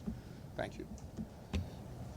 We will make the mandate. We will have times when traffic lights go to yellow. As of today, all my deliverables are confirmed with cushion. But I think what is important when these traffic lights do turn to yellow, which may happen, how we deal with it as a team together with the MTA to find solutions. And then I'm very confident that we will meet the mandate. There is no plan B. And we are ready to throw it at whatever it takes from our side. So that goes to my last question. You said what your global CEO said Friday, which is the company is willing, Siemens is willing to remedy what we have done and to spend up to $100 million of non-required funding. And my question is, what does we mean? I'm assuming we means, as we discussed on Friday, the consortium. Yeah, I think. No, but the $100 million commitment from the global CEO of Siemens. It means right now we stop discussing internally about money or we discuss our internal contract. It means we do whatever is necessary, and what the costs are on our side will be determined at the end of the project for our actions. If we add 15 people more, we will do it if that's what is needed. A couple of things. One, I want to just, Pat, first thank you for your leadership here. It's, again, you've had some very respectful chairs before you, but you've shown great leadership and enthusiasm on this topic, and I appreciate that. Second thing, I have 3 requests on behalf of those of us who work in the Positive Train Control Working Group, which we founded, which Joe, at my insistence, Joe Loda allowed us to put together, I think, 8 months ago, and Ronnie has been very helpful in that. 3 requests. One, I would like to see an increased step up in the independent engineer provided assessments. I feel to date the IEC has provided very light touch. They typically are working in a collaborative fashion. I'd like to see a much more enhanced view of how the IEC can validate, because I will tell you, sir, your greens are not what this board was shown on Monday. This board was shown actually 4 pages, 2 greens, 2 yellows, of which we did not have time. I gave respect to Mr. Law to not extend the meeting any longer than it was, but I did not agree with the yellows. They looked really damn red to me from the words on the paper. So we need to talk about what's yellow, what's red, what's green. I may be colorblind, but I know what progress is. The second... Can I just make a suggestion Yes, to sir. modify that, that I think is consistent? I think you ought to ask for additional resources either from the IEC or other independent third parties as Kathy and Phil and you and Susan and Kevin determine. That's very fair. Thank you. So that's one. The second is, I have raised this before. I'm going to make it a formal request. I would like the Positive Train Control Committee to be allowed and invited to visit Pittsburgh. I would like a date for us to be able to visit Pittsburgh. I'll happily pay my own fare to go out there on the behalf of the people of Putnam County, but I would like to go see what is going on in Pittsburgh. Michael Chabon is a great writer. He wrote a wonderful book called The Mysteries of Pittsburgh. I'd like to see the mysteries myself and maybe understand them. If you haven't read the book, it's a worthy endeavor. And the third, Pat, I'd ask of you, and I hope does not cause embarrassment. I was not invited to that meeting with Mr. Kaiser. It sounds like you, Sarah, and Larry were. I would like to, in the spirit of transparency, whether members of the PTC working group or this board, if there's a meeting of that magnitude, I would like to be invited myself. And I hope does not cause embarrassment. I tend to have a busy job, but I spend a lot of time on this volunteer gig, and I would have happily given up an hour to have that conversation. So my one question for you gentlemen is, I have a very low opinion of consortiums. I spent a lot of time in my professional career looking at their failures. There are many, many failures in the consortium business. There are some that are successful, but most consortiums fail. I work in the media business, and they are fraught with dangers. And anyone who used Next Issue Media, which was the consortium of the magazine industry, and if you don't know what I'm talking about, it's because it was a consortium. I'd like to hear how you are adjudicating responsibility in this entity. I don't know, because when you talk, Danny, and by the way, I appreciate your words. You gave me a lot of confidence that you are at least speaking truth to power, and I appreciate that. But I don't understand how you're organized. We've had Mr. Kaiser because apparently Siemens is more of the software side, but it sounds like Siemens is also the hardware. Can you describe what Bombardier is doing, what Siemens is doing, and what other employees are doing that are employees of the consortium, which is in the center? Because I'm pretty sure I don't know, and I'm guessing my colleagues around this table don't know, with the exception of management, maybe. So very good questions. Thank you very much. And I'll ask Mark to comment on the exact scope. I'll make 3 comments. Number 1, we equally received a request from the chairman, Pat Foy. Let's avoid pronouns. I don't know who we is in that case. So who's we? We, Bombardier and Siemens. Okay, each of you. Yeah, the consortium. I represent the consortium. So, and I understood your skepticism on consortium, but we are where we are. I'm not the guy coming in 3 months is going to rip up the consortium. That would jeopardize and put blood red everywhere on your scorecard. That is not going to happen. So we are going to work together as partners that 10 years ago you guys contracted us to do. So we're not changing that, but I appreciate your point about challenges sometimes. But it is not unlike many other very successful partnerships, including in aerospace, where partners and competitors work together for the best of common flight safety. It works. It can work. The independent review, which is what I was saying, the consortium, Bombardier Siemens, received from the chairman who just walked out a request to allow an independent audit. We have said yes. We have suggested yes. So I don't know who the IEC is. It doesn't matter for me. But you, as MTA Board, can reference any independent team. We will welcome them. Number 2, you would be more than welcome to visit Pittsburgh. In fact, I think it would be tremendous. And I will personally be there with Michael to greet you and have our engineering people show you what our hardworking Americans and Europeans are doing for this city. I think you would have a very change in attitude about this comment about transparency and all the other words that we don't really care to talk about. The third thing is the scope. So yes, we're the consortium lead at Bombardier, but the reason this was pulled together is that the Siemens Corporation have very strong technical capability in certain parts of the system that I'll ask Mark to describe, but we also do the software. We do something that's called Wayside Office software. We're the system integrator. We pull the whole system together. The software that they provide to us then gets integrated into one package that we deliver to the 2 railroads, and we test in our joint lab. So let Mark maybe just give you a little bit more detail, and then we can go all day in Pittsburgh. I think it would actually be great. Over to you, Mark. Well, I can take that. Oh, sorry, Mike. The scope question. So in very short terms, much of the Eastern corridors run on a system called Axis. Therefore, we are in a consortium because it needs to be interoperable with Amtrak locomotives driving into the area here. The Siemens scope is roughly the onboard unit and the antennas to read out the balises, the transponders in the field.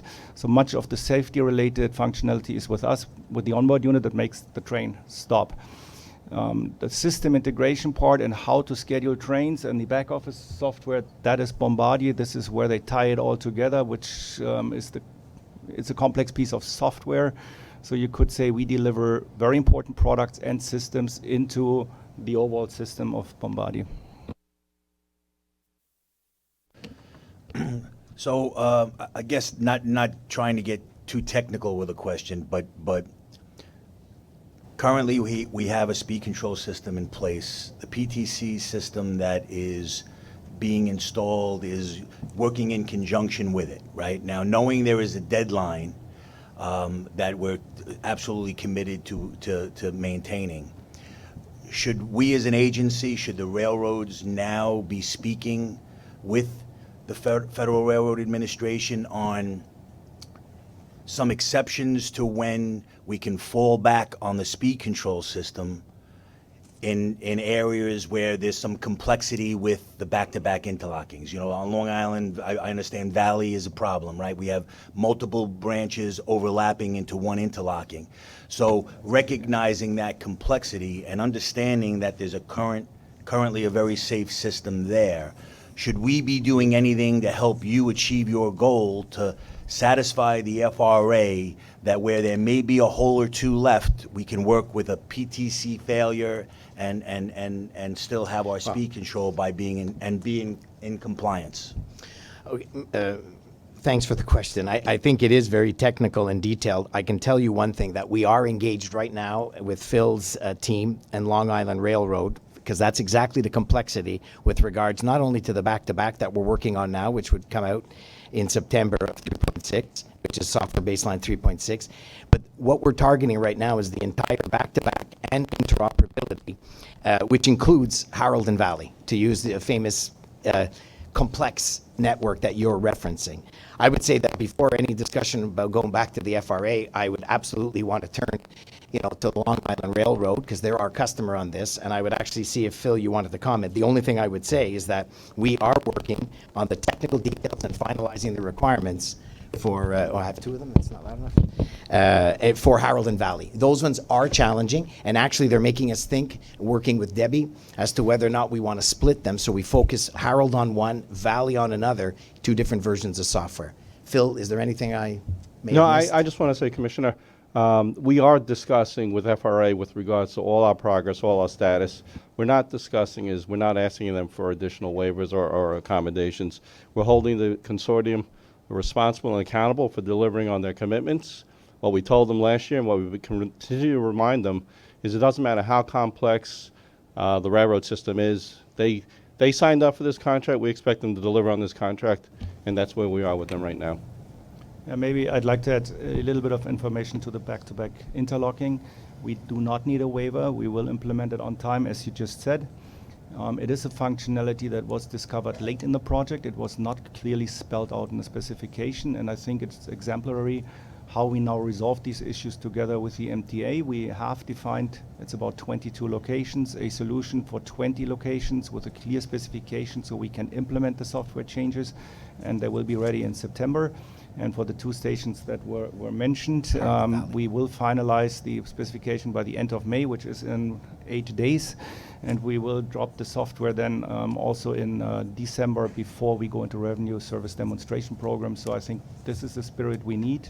If there's unclarities, clarify them together quickly so we can implement. Just as a follow-up, I wasn't implying that we were suggesting the need for a waiver. All I'm saying is, once this system is up and running, it's concerning if we're going to operate with failures.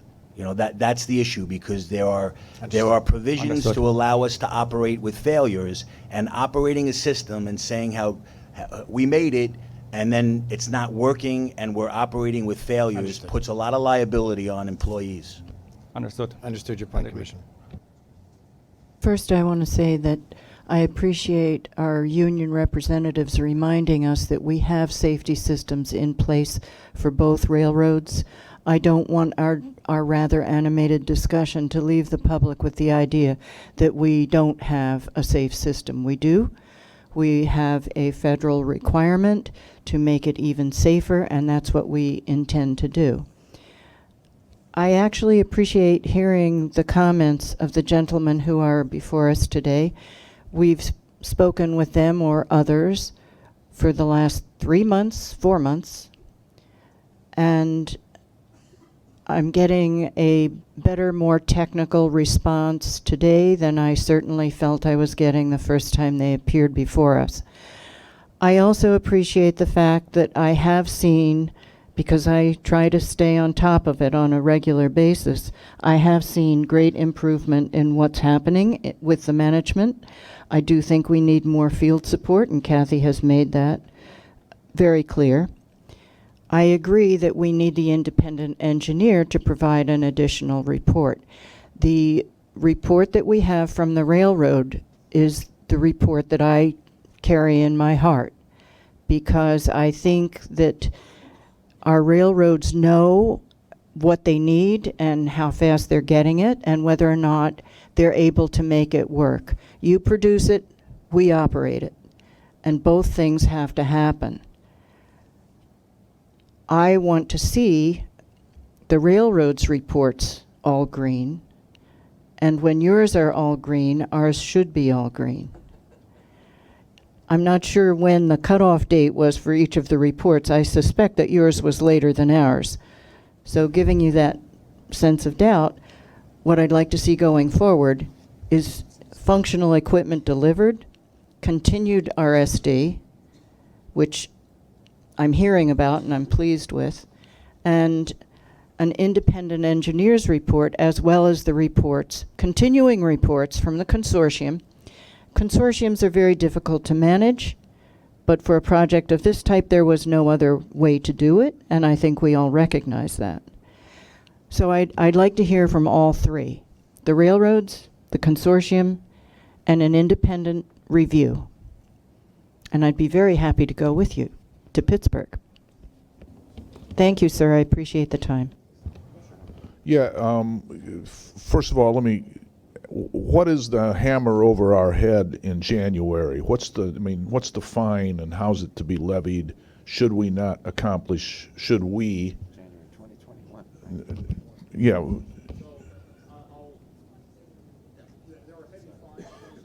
$7,000 per day per train. Yeah, so prohibitive, right. Forgive me. There's a possibility, too, that the federal government might not let us operate. There have been prior extensions of this. That would obviously be an extreme remedy. It may determine in part how many railroads were out of compliance. But the U.S. DOT and I think members of the legislature, the Congress, have been pretty clear that there are no more extensions coming. And then third, Norman, there's a question as to whether board members like us and senior managers may have liability if we weren't in compliance, operated anyway, and a tragic accident occurred.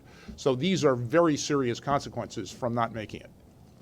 Well, guilt aside, obviously the guilt would be from a tragic accident would be greater than the monetary penalty. But so the way you've described the monetary penalties, though, they are so high and so drastic that my second question, which would have been, to what extent do they share in the economic liability, is almost irrelevant because it's such a huge number that it would prohibit us would have to end service, really. And what would be the cost of that is, I don't know how you would even measure that. It's just a huge number. But I do have another question for these guys, which is, where did you get the bodies that you added on to the job? Were they people that were on another assignment that you shifted over to our assignment? I'm kind of curious what happened to their assignment, why they're not as desperate for the people. But, where'd you get them? If they're new hires, you don't have a lot of time to get them up and going. Yeah. So good question. If I can answer that one very directly, our company has 39,000 employees worldwide. So a project of this magnitude, you start off, it's staffed with the resources. It became very clear as I joined that we were not adequately staffed. We have 427 projects ongoing at any one point in time, some of them just as significant as this and not.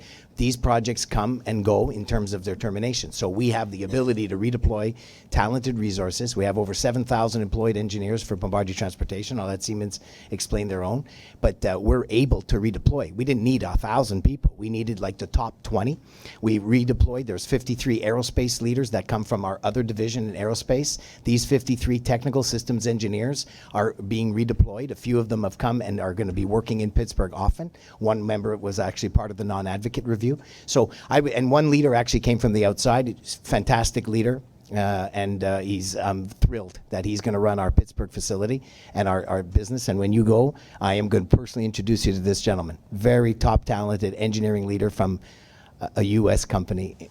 But I would say we are able to redeploy. That is not a problem. And to your point about other projects, we have other ways of accommodating through arrangements we have with engineering out-service firms that can fill in some of the gaps. But we wanted to put top-notch systems engineering people to load up on this project. We're right at a critical period of time. We don't need these people for 50 years. We need them for the next, I don't know, 5, 6, 7, 8 months. Commissioner Jones.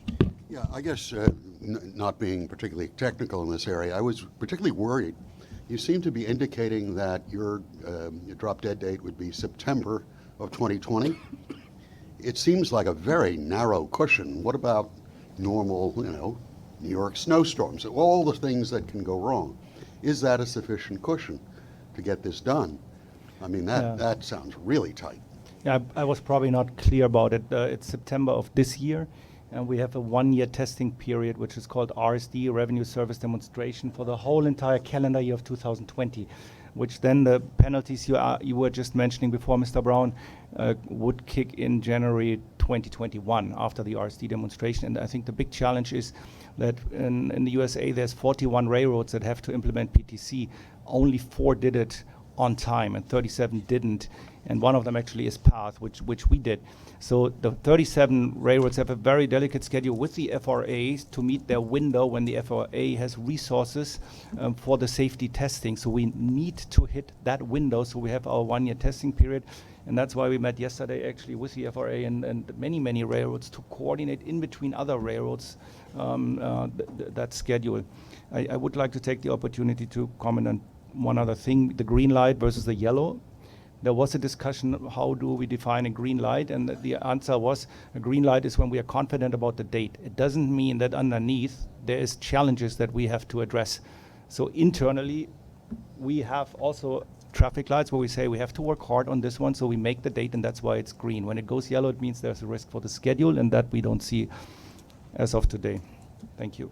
Yeah, Commissioner. Very brief reaction to that. Given where we have been and where we need to go, I would like a lot more pessimism than optimism on that color coding, because we see green, and to be frank, and all due respect, we're not going to take it at its face value. So please be suspect to your own color coding. Yes, I agree. Yeah, Neil, if I may, no, we had a good dialogue with the chairman on that. There was a discussion about, did we want to demonstrate our level of commitment and confidence we would get there, and that's why we wanted to show green. There was discussion about, as Danny was saying, about using a dashboard to show areas of difficulty and focus. So I think we've clarified that here. Green, there is no plan B. We are totally in. We are totally committed to the chairman's point and questioning. But again, we're being just totally transparent about areas where we need to focus on and those that, we have nailed. So let me ask one last question, if I might. Go ahead, Sarah, please. Sorry, I'd like to ask a couple questions. What other commuter railroads are you working on right now, either as a consortium or individually, to get over the deadline on PTC? There isn't any other PTC. So Bombardier is just focused on this. Siemens is working on some other properties and defer to Mark. So Bombardier Michael only working on MTA. That's correct. For positive train control, yes. For positive train control. Yeah. What about Siemens? We're working with all the Northeast Corridor railroads. Some of them have already reached compliance, but we have, SEPTA, New Jersey Transit, the balance of the Northeast Corridor railroads on some portion of it. So MBTA. Correct. SEPTA you worked on and is done. Yeah, the intent of the hardware on all the other railroads has been delivered. We did do this global recall with that we're delivering everybody else on right now. New Jersey Transit done. Correct. Metra, are you working on Metra in Chicago? No, not Metra. Amtrak, New Jersey Transit, SEPTA, MBTA. So all of those railroads are ahead of us at Everybody this point, in the Northeast Corridor. We are behind. I'm not sure about about New Jersey Transit. I think they're similar. No, I think we should clarify that because we have the access system in our portfolio, and that's an interoperability issue. We are subcontractor many times to other contractors. Like in Boston, I think we are subcontractor to Ansaldo. We've shipped our equipment and we are clear, but Ansaldo is still working on the overall system integration as far as I know, but you may correct me, but we're not the main contractor on these contracts. But what I would suggest to do is that we give you a detailed list after the meeting in a day or two, and we give you the exact accurate information. Part of our service territory is west of Hudson, and it's New Jersey Transit. Are you supporting them in our very important PTC for the Port Jervis line? And of course, how are you doing with the other lines that affect northern Pascack Valley line? Yeah, of course, working through President Rinaldi, of course, and we have strong relations with New Jersey Transit. They are also a client of Bombardier's, but again, we would do that through Metro North Railroad. Yeah, Commissioner, we do supply the access components to them, and we had all of the Northeast Corridor railroads in with the FRA in our office yesterday walking through our hardware deliveries.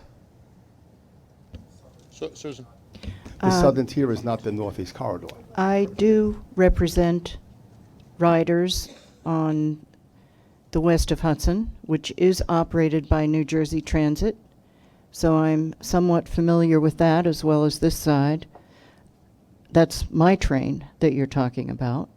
And I would appreciate a separate briefing if I could have a phone call between me and Kathy Rinaldi,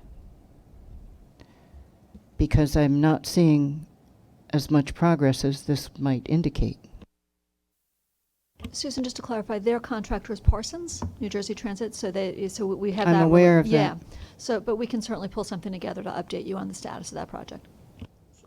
So I want to make sure I understand. Did I hear you correctly say that you believe that you will have PTC up and running completed September of 2019, and then you will just commence a year of testing? No, so we system will, done September 2019, and then you'll test for a year. That's when the next software drop, version 3.6, comes in. That's when we resolve 20 out of the 22 back-to-back interlocking issues, and there's another software drop in December, so I think we will go on revenue service demonstration in January. Right, and So just to add, January of 2020. 2020, yeah, and just to add to that, so we have planned with President Eng, I'm getting it right now, from Long Island Railroad, another version of software. It's specific to Long Island Railroad with regards to interoperability, okay, with other railroad systems, versions 3.7 and probably a 3.8, so that we can finish off the interoperability, some of the functionality for security, and the extension of RSD for Harold and Valley. So those will, be predominantly completed in the first quarter of next year, so 2020, January, February timeframe, and we've got that detailed schedule, and then we would continue the testing. So it seems like by mid of 2020, 6 months before the deadline, we should be in full test mode and completed software and possibly just working on any bugs or issues that come up during the test program. I'm worried because I feel like when you're making assurances that you feel like should make us feel better, like that we're supposed to feel like 6 months is a nice buffer. I don't feel like 6 months is a nice buffer. Like I feel like 2017 would have been a good buffer. And so, and I think the rest of the board feels this way too, but look, I advocated that people needed to meet the 15 and then the 18 deadline, let alone the 20 deadline. So okay, January 2020, how much room exists or how much buffer exists in those sort of mini deadlines you need to meet in order for you to get to the January 2020 deadline? So in other words, the January 2020 deadline you just set for yourself, that you're going to meet PTC then, how much room do you have between now and then for things to get screwed up for you to still meet that January 2020 deadline? Okay, well, I think, for brevity, we have a detailed schedule. It includes certain iterations for software. I wouldn't be able to give you the exact number of months or weeks for buffer, but there is buffer. And the way we plan buffer is we plan extra releases of software with test period of time so that we could correct situations that we find during the test program. Thus the reason why we do lab integration testing. So I would say that right now we have a few loops of software testing, and what we would do is for the members and the commissioners that join us in Pittsburgh, we can go in through a lot more detail. And to your comment, with regards to feeling good. You know, we have no illusions of trying to feel good with this green light scorecard. We have a risk measured basis. All complex projects have risks. We manage the risks. Some risks are red. We work with them. This is on a weekly basis. It gets presented to Michael and I. So like, I don't want to give you any illusion that all is good. We are going to work diligently through managing these risks, driving to our software schedules, and over the last 8 to 10 weeks, we've met the software dates that we've committed to. Anybody else? Gentlemen, thanks. Thank you. Thank you. Thank you. All right, so here's what I'm going to do. I'm going to ask Jan Lieber to make a 10 to 12-minute presentation on construction cost reform and progress that's been made. If we could keep it to that time frame. We'll do Jan. our best. It's Thank you. It is my colleagues at Transit, Metro North, and Capital Construction are going to make presentations. It's really their presentation to make, but just as a procedural reminder, you heard about the PTC working group. One of the other working groups that was very active in the past year is cost containment. It was done under the leadership of board member Schwartz and Reckler, as well as Mitch Pally and Commissioner Trottenberg. We were asked to sort of report on everything that had been done under the aegis of that cost containment initiative. Just as a reminder, we've provided a chart. We're giving you 3 presentations by agency last month. There'll be 3 presentations quickly today. But just as a reminder, the key elements of the initiative were we needed project CEOs were empowered to control scope, control design changes, and to execute on budget and schedule, and also to be held accountable for those things. We need to get rid of a whole lot of red tape, focused in large part on the change order process, how long it takes, how many of them, and the risk that process is creating for all of our major projects. We need to manage scope. A big issue when we have situations where we're doing complex projects over time, where over time there may be new requests to, can we add this, can we update that? And we need to control scope, and we need, and Andy's been a leader in this area, to eliminate customization. It is one of our real weaknesses, and it's not atypical for some of people in our industry, that we tend to customize our specifications, our componentry, more than necessary. Off the shelf is the name of the game if you can achieve it. We need to manage force account, which is our own internal costs. This is a huge area of costs that more conventional construction projects like in the private sector where I came from don't have exposure to. So those are the areas that we asked our colleagues to focus on, and now you'll hear from Andy about what Transit is doing, and then hear from some of our other colleagues. Andy? Excellent. Thank you, Jano, and good morning, everyone. So absolutely, it's great to have the opportunity to be able to talk to this initiative at the board today. As Jano said, this is an output of the working group that the board set up, but this is also consistent with the 4th element of Fast Forward. We often talk about the subway, the buses, the accessibility, and rightly so. But the 4th element of Fast Forward is about process redesign. There's extensive content in there, so that's something that we feel very strongly about and we're making good progress against.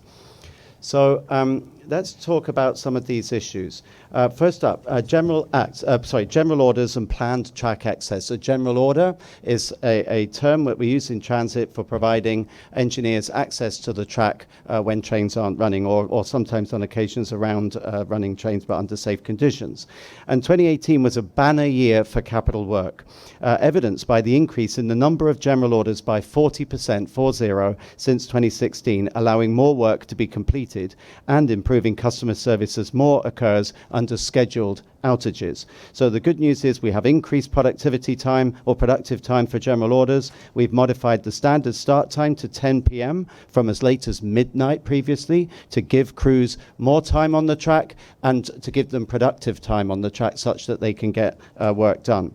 And there's also, and I applaud my colleagues in transit for this, improved delivery of TA labour resources. So that's better assignment of forces by my managers and better work on in the field by the excellent men and women of transit. We've done that by improving the management of supply, resulting in less cancelled work and improved cost structures for our contractors.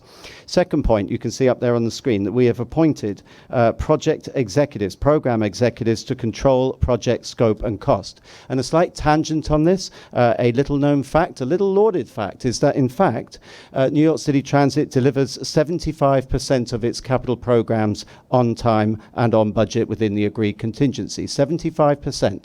Not a fact widely known, but a fact nonetheless, and one that I wanted to reinforce here.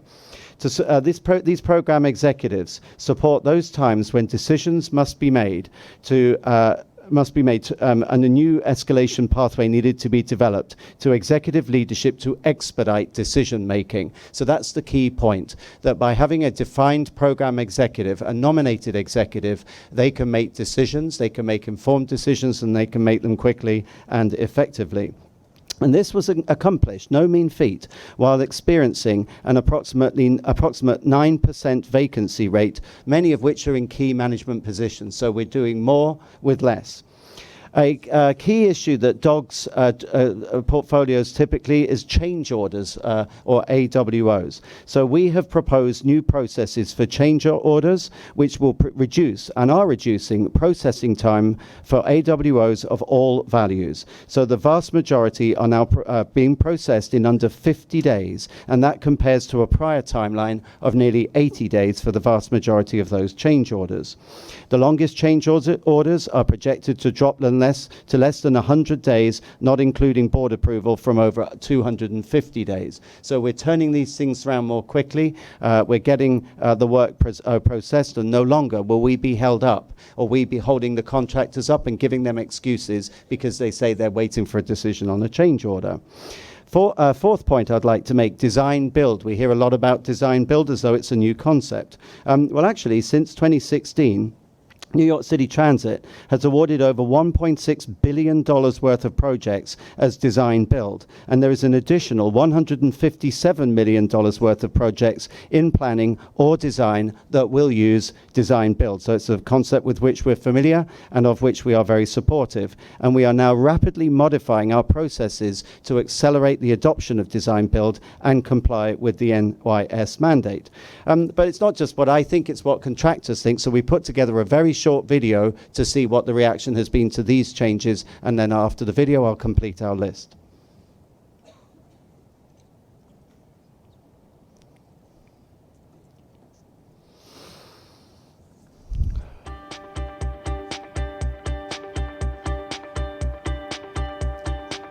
In support of our fast-forward plan to modernize the transit system, we are doing everything we can to find new ways to building our capital construction projects better, faster, and more affordably. Over the course of my 49 years doing the work of the Transit Authority, I've seen numerous changes throughout the years, as you could imagine. Before today's standards, we will get possibly 1 to 3 hours worth of work, that's actual track time, paying our laborers or our workforce a complete 8 hours to get 1 hour or 2 hours of work time. Years past, it was very difficult to predict the outcome of a project because it's so dependent on these TA services.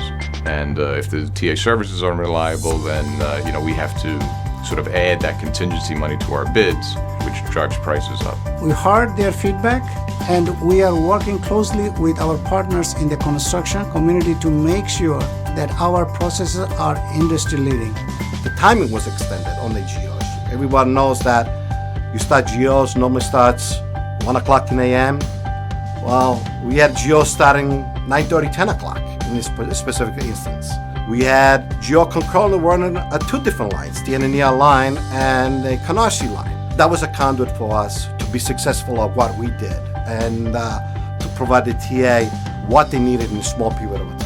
The other thing I'd like to talk about is work trains. I think the maintenance has increased. You've got new flats, new diesels, new crane cars. Just the other day on our Canarsie line, we actually in fact had 9 work trains all on one little Canarsie tube, and this was just phenomenal. I mean, I've never had that many on one whole weekend, and it was very seamless. To help that, the Transit Authority came about the idea that in order to service the contractor and their own workforce, we need more available tracks in these railroad yards, which helps us all because instead of waiting too much for one train to remove to get to the next train, now we're unloading numerous trains all at the same time. Over the past 18 months, there has been a marked improvement in the reliability of the TA services. GOs haven't been canceled, flagger requests have been fulfilled in an improved fashion. And what this does for us is it makes our work and our planning more reliable. There's less risk in it now. If this trend continues, I think the MTA will recognize some significant savings. Rebuilding New York's transit system is a huge challenge, but it's also a massive opportunity to do things differently. That's why a full quarter of our Fast Forward plan is dedicated to process reform. It's about delivering better value for the taxpayer. It's about working with contractors to contain costs, to find new ways of doing things, to innovate, and to work with our contractors as valued delivery partners, working together to achieve a better New York City transit. I'm committed to that, so's my team, and we look forward very much to transforming this and all other aspects of New York City transit over the next coming years. Okay, so I think in the interest of time, I will conclude my comments there, other than to say the spreadsheet we put up shows the other initiatives that are underway. It's something that we're taking very seriously. One thing to echo what I think it was what Jano said or what someone said earlier, we're also really working to cut out customization. I feel particularly strongly about that in the signal sphere, kind of topical today. And Pete Tomlin, my new signal guru, has an instruction from me, which he gets, to buy off-the-shelf products. So final couple of points. Big shout out to the TA staff, the people who are out there doing the work with our contractors. I would also like to thank Steve Plachocki and his team for the massive improvement made in the procurement process. And I'd like to thank Frank Giuseppe, my COO, and Tim Mulligan, the exec SVP operations support for the work that he's done in this space. I think we've made huge progress, more to do, but we're getting there. So, Mr. Chair, thank you. In the interest of time, we're going to forego the presentation for MTACC, so we're just going to hear from Metro North, and then I'll circulate a piece of paper that. Yeah, Jano, here's what I'm going to suggest. I think the work that Capital Construction and Metro North has done is important, and. Right. I have a question about the report. Please. It's a simple question. Andy Byford spoke about a 70% on-time performance with these construction projects. Are you including the in-house track construction and signal construction in that number, or is that just that was a composite figure for capital program projects that we deliver? We 75% are delivered have been delivered on time and on budget. That is a fact. That is a testament to the way that our project teams work, and that is within the agreed contingency. So you say it's a composite between the outside vendors and in-house capital and signal construction? Yep. And the impression that some give is that nothing happens on time and on budget. That's not true. 75% of transit projects have been delivered on time and on budget. Right. The only thing I would add is that I would love to see a carve-out on that, because I would bet my house that the in-house track construction, signal, and infrastructure capital gangs are driving up the number on what the outside contractors produce in terms of on-time performance. And I don't know if you have that carved out, but I think if you pulled it out and it was no longer a composite, I think it would be starkly different. Mm-hmm. Well, like you, John, I'm very proud of them. Jano, here's what I'm going to suggest. The work that Capital Construction and Metro North have done is important. It deserves time. I think we're short of time now, so if it's okay, I'm going to ask you to wrap it up. I'm going to ask for a motion and a second to go into executive session. I'd just like to ask a couple of questions. Yeah, please. I'm sorry, Larry. Jano, with respect to the recommendations that were made by the Cost Containment Working Group, has all the divisions at this time implemented all of those recommendations, or the divisions? Are there things that we recommended that still haven't been implemented?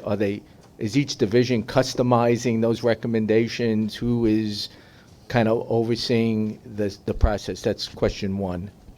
So the process is our team is working with every one of the operating agencies. Mark Roche, one of the many hats that he's wearing is to lead that process with a couple of staff members in my shop. But it is, Larry, you're right that it is being customized to every one of their different programs, but there is no element of the board's recommendations that has not been treated as an edict by each of the operating agencies. I'd like, as a member of that working group, maybe Polly and others, I think Polly and I are the only ones left on that cost containment working group because it was Scott and Mitch Pally. But to the extent that Polly's also interested, I'd like to maybe have a separate kind of briefing on where everything is. And my second question is to you, Andy. You said that, design build has been around a long time. So the Grand Central Terminal project, is that a design build project? Do you know, Commissioner? No, it's not. And why wasn't the decision to do that project as a design build? As you know, Commissioner, I wasn't here in 2016, so I don't know the answer to that. It was decided by the board of the day, because presumably it was signed off by the board, that that was not appropriate for design build. All right. Well, I probably would disagree with that decision, whoever made it. Are there still outstanding contracts that need to be awarded to the Grand Central Terminal project? Yeah, that is a very complex project because, consistent with good practice, it is incorporating a huge influx of capital from a private developer. There are multi-sections to it. There's the renovation of the subway terminal and various assets within it, such as escalators. There's the Metro North work happening upstairs. If you really widen the sphere, there's also east side access, so it's a very complex project. Will all future contracts involving Grand Central Terminal be design-build contracts? All contracts that are in excess of $25 million, as per the legislature, will be subject to design-build as per the legislature's directive. Now, I'm a daily user of that station, so and I believe that project has been ongoing for quite some time. Mm-hmm. Where are we, with this in terms of being on time and on budget with that project? Because it seems to me, from what I've witnessed, something gets started, and then 6 months or longer go by when nothing's happening. Then something gets started again, and then months and months go by when nothing is happening. And it seems like this project has been ongoing for probably 3 or 4 years, maybe longer, and I have no idea when the end is in sight. So are we already behind schedule and over budget on this project? No, we're not, Commissioner. The project is phased, and we are revisiting the project to see how the phasing may be speeded up. I've asked for one particular stairway to be expedited, but it is phased because at the end of the day, 435,000 people a day use that station, so it's actually very complex to keep an existing station open, a bit like LaGuardia Airport. It would be a good comparator, that you must maintain safe throughway while you're still accommodating literally hundreds of thousands of people. Tight, confined spaces, very complex place. I go there regularly too. I'm proud of my staff who keep the place moving while we undertake this massive building exercise. And my last question is, the fact that it is happening underneath Grand Central Terminal, and you have many Metro North riders that go through there and use the access at 42nd Street, why isn't this project, or why shouldn't this project be overseen by Capital Construction versus New York City Transit at this point? I think, as again you're aware, we are actually reviewing that very issue right now, Commissioner. I'm not wedded to it. If it makes more sense for MTACC to it, I have rather a lot to be getting on with. I'm more than happy to have Jano deal with that project. Thank you. Thank you. On that, which is the design build requirement was in the budget that passed April 1st, signed into law April 11th, if memory serves. Approximately 100 contracts and projects are being held and being reviewed. Those are projects that were in the pipeline prior to April 1st. As I said, about slightly under 100. Total construction and project value of about $3 billion, and we're in the process of going through each of those, and we've involved the state director of the budget because the legislation gives to him alone the right to provide a waiver.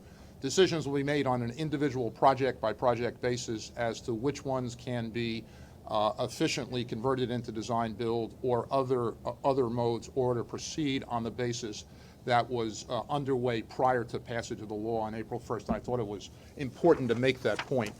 With that, I'll ask for a motion and a second on moving into executive session. Mr. Chairman? Commissioner. Yeah, I have a question.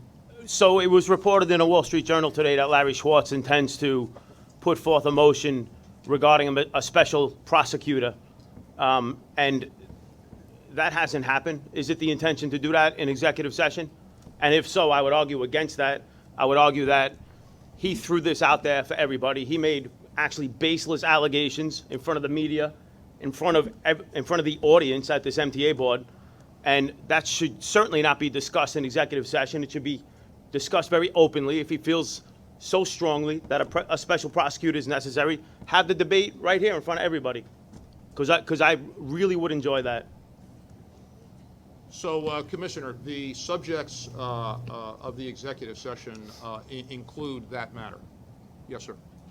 What? So when I objected last at the special meeting to you going into special session or executive session with the exclusion of the labor reps, I was given an explanation under the New York State Public Authorities law as to why that's happening. What's the explanation for this?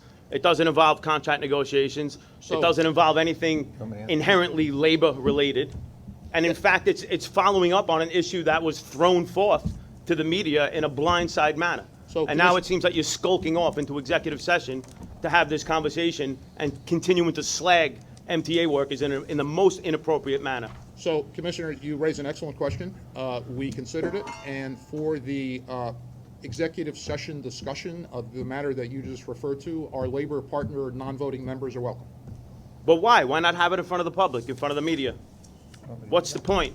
If you discussed it, what's the rationale not to do that? So Learned Counsel, Commissioner, gives me 105 of the, what law is this? The Open Meetings Law. Open Meetings Law. Executive. Sorry, no, Mike's on actually, sorry about that. So 105 of the Open Meetings Law, Section C, I'll read it, information relating to current or future investigation, et cetera, as to which might imperil effective law enforcement if disclosed. That's the reason, but labor partners are welcome. So let me just continue to ask you a question. First of all, I understand there's a motion on the floor that's not been voted on yet. Correct. Right, so we're in a discussion period. So was the request for a special prosecutor done because Larry Schwartz had knowledge of investigations that are going on? Or right now, are you going into executive session because you have knowledge of investigations going on? Because as far as I'm concerned, and I think the other labor reps as well, we've not been informed of any formal investigation. There's absolutely no evidence at all that's been presented to us, or I believe anybody else on the board. It's just been kind of hot air allegations that were initiated in the media. So, and I would put forth one more thing. Forgive me. These folks that came up from Civics United for Railroad Environmental Solutions have certainly produced a heap more evidence regarding potential corruption at the MTA than Larry Schwartz did when he spoke about overtime. And in fact, Larry Schwartz's assertions about overtime flew in the face of everything that the agency president said after he made the allegation. Every single one of them said that there is no common thread of systemic overtime abuse. And then Bob Ferran gave a report with a perfectly clear rationale as to why overtime spiked in 2018, primarily because of the Subway Action Plan and similar plans, although they don't have that fancy name perhaps, on the railroads. So how is this not in the realm of public debate? So, Commissioner, let me respond in two ways. I have not had a chance to read the Cures document. I will read it after the meeting. I am inclined to refer it to the MTA Inspector General for review. I think that's an appropriate thing to do. With respect to your first point, I can confirm an investigation which is pending, which is that of the MTA IG with respect to overtime and time and attendance matters. Okay, so if there's an investigation pending by the IG, what's the necessity for a special prosecutor? Because the U.S. attorney's involved now, very capable. They've rooted out government corruption very successfully over the last few years. The Queens District Attorney's involved. The Inspector General's involved. And, what's the point? Well, Commissioner, the only one I can confirm is the one I just mentioned, which is the MTA Inspector General, which I think is appropriate. Beyond that, I think it would be inappropriate for me, at least, to have this discussion in a public meeting relying on 105C of the Open Meetings Law. Right. So the only thing that you're aware of is an Inspector General investigation that we are aware of and that we've cooperated with. How does that trigger an executive session regarding allegations, completely baseless allegations that have not been supported with any evidence whatsoever for an executive session on this matter rather than have a public debate in front of everybody. It's certainly we're the ones who Larry has attempted to put under the gun. We're the ones who are willing to have this debate publicly. If I can I piggyback before anyone else turns their mic Please on? So here's the bottom line, Chairman. This is a continuing to send a negative message, not only now to our employees, but to the public, that you're inviting us to go in a room in the back, which I'm more than welcome to debate it, but we don't want to do it in front of everybody that may be asked to spend millions of dollars in an investigation, a continued slap in the face to labor, when I thought I heard multiple board members last week say, let's get labor in the room and work it out. Let's work together to get this done.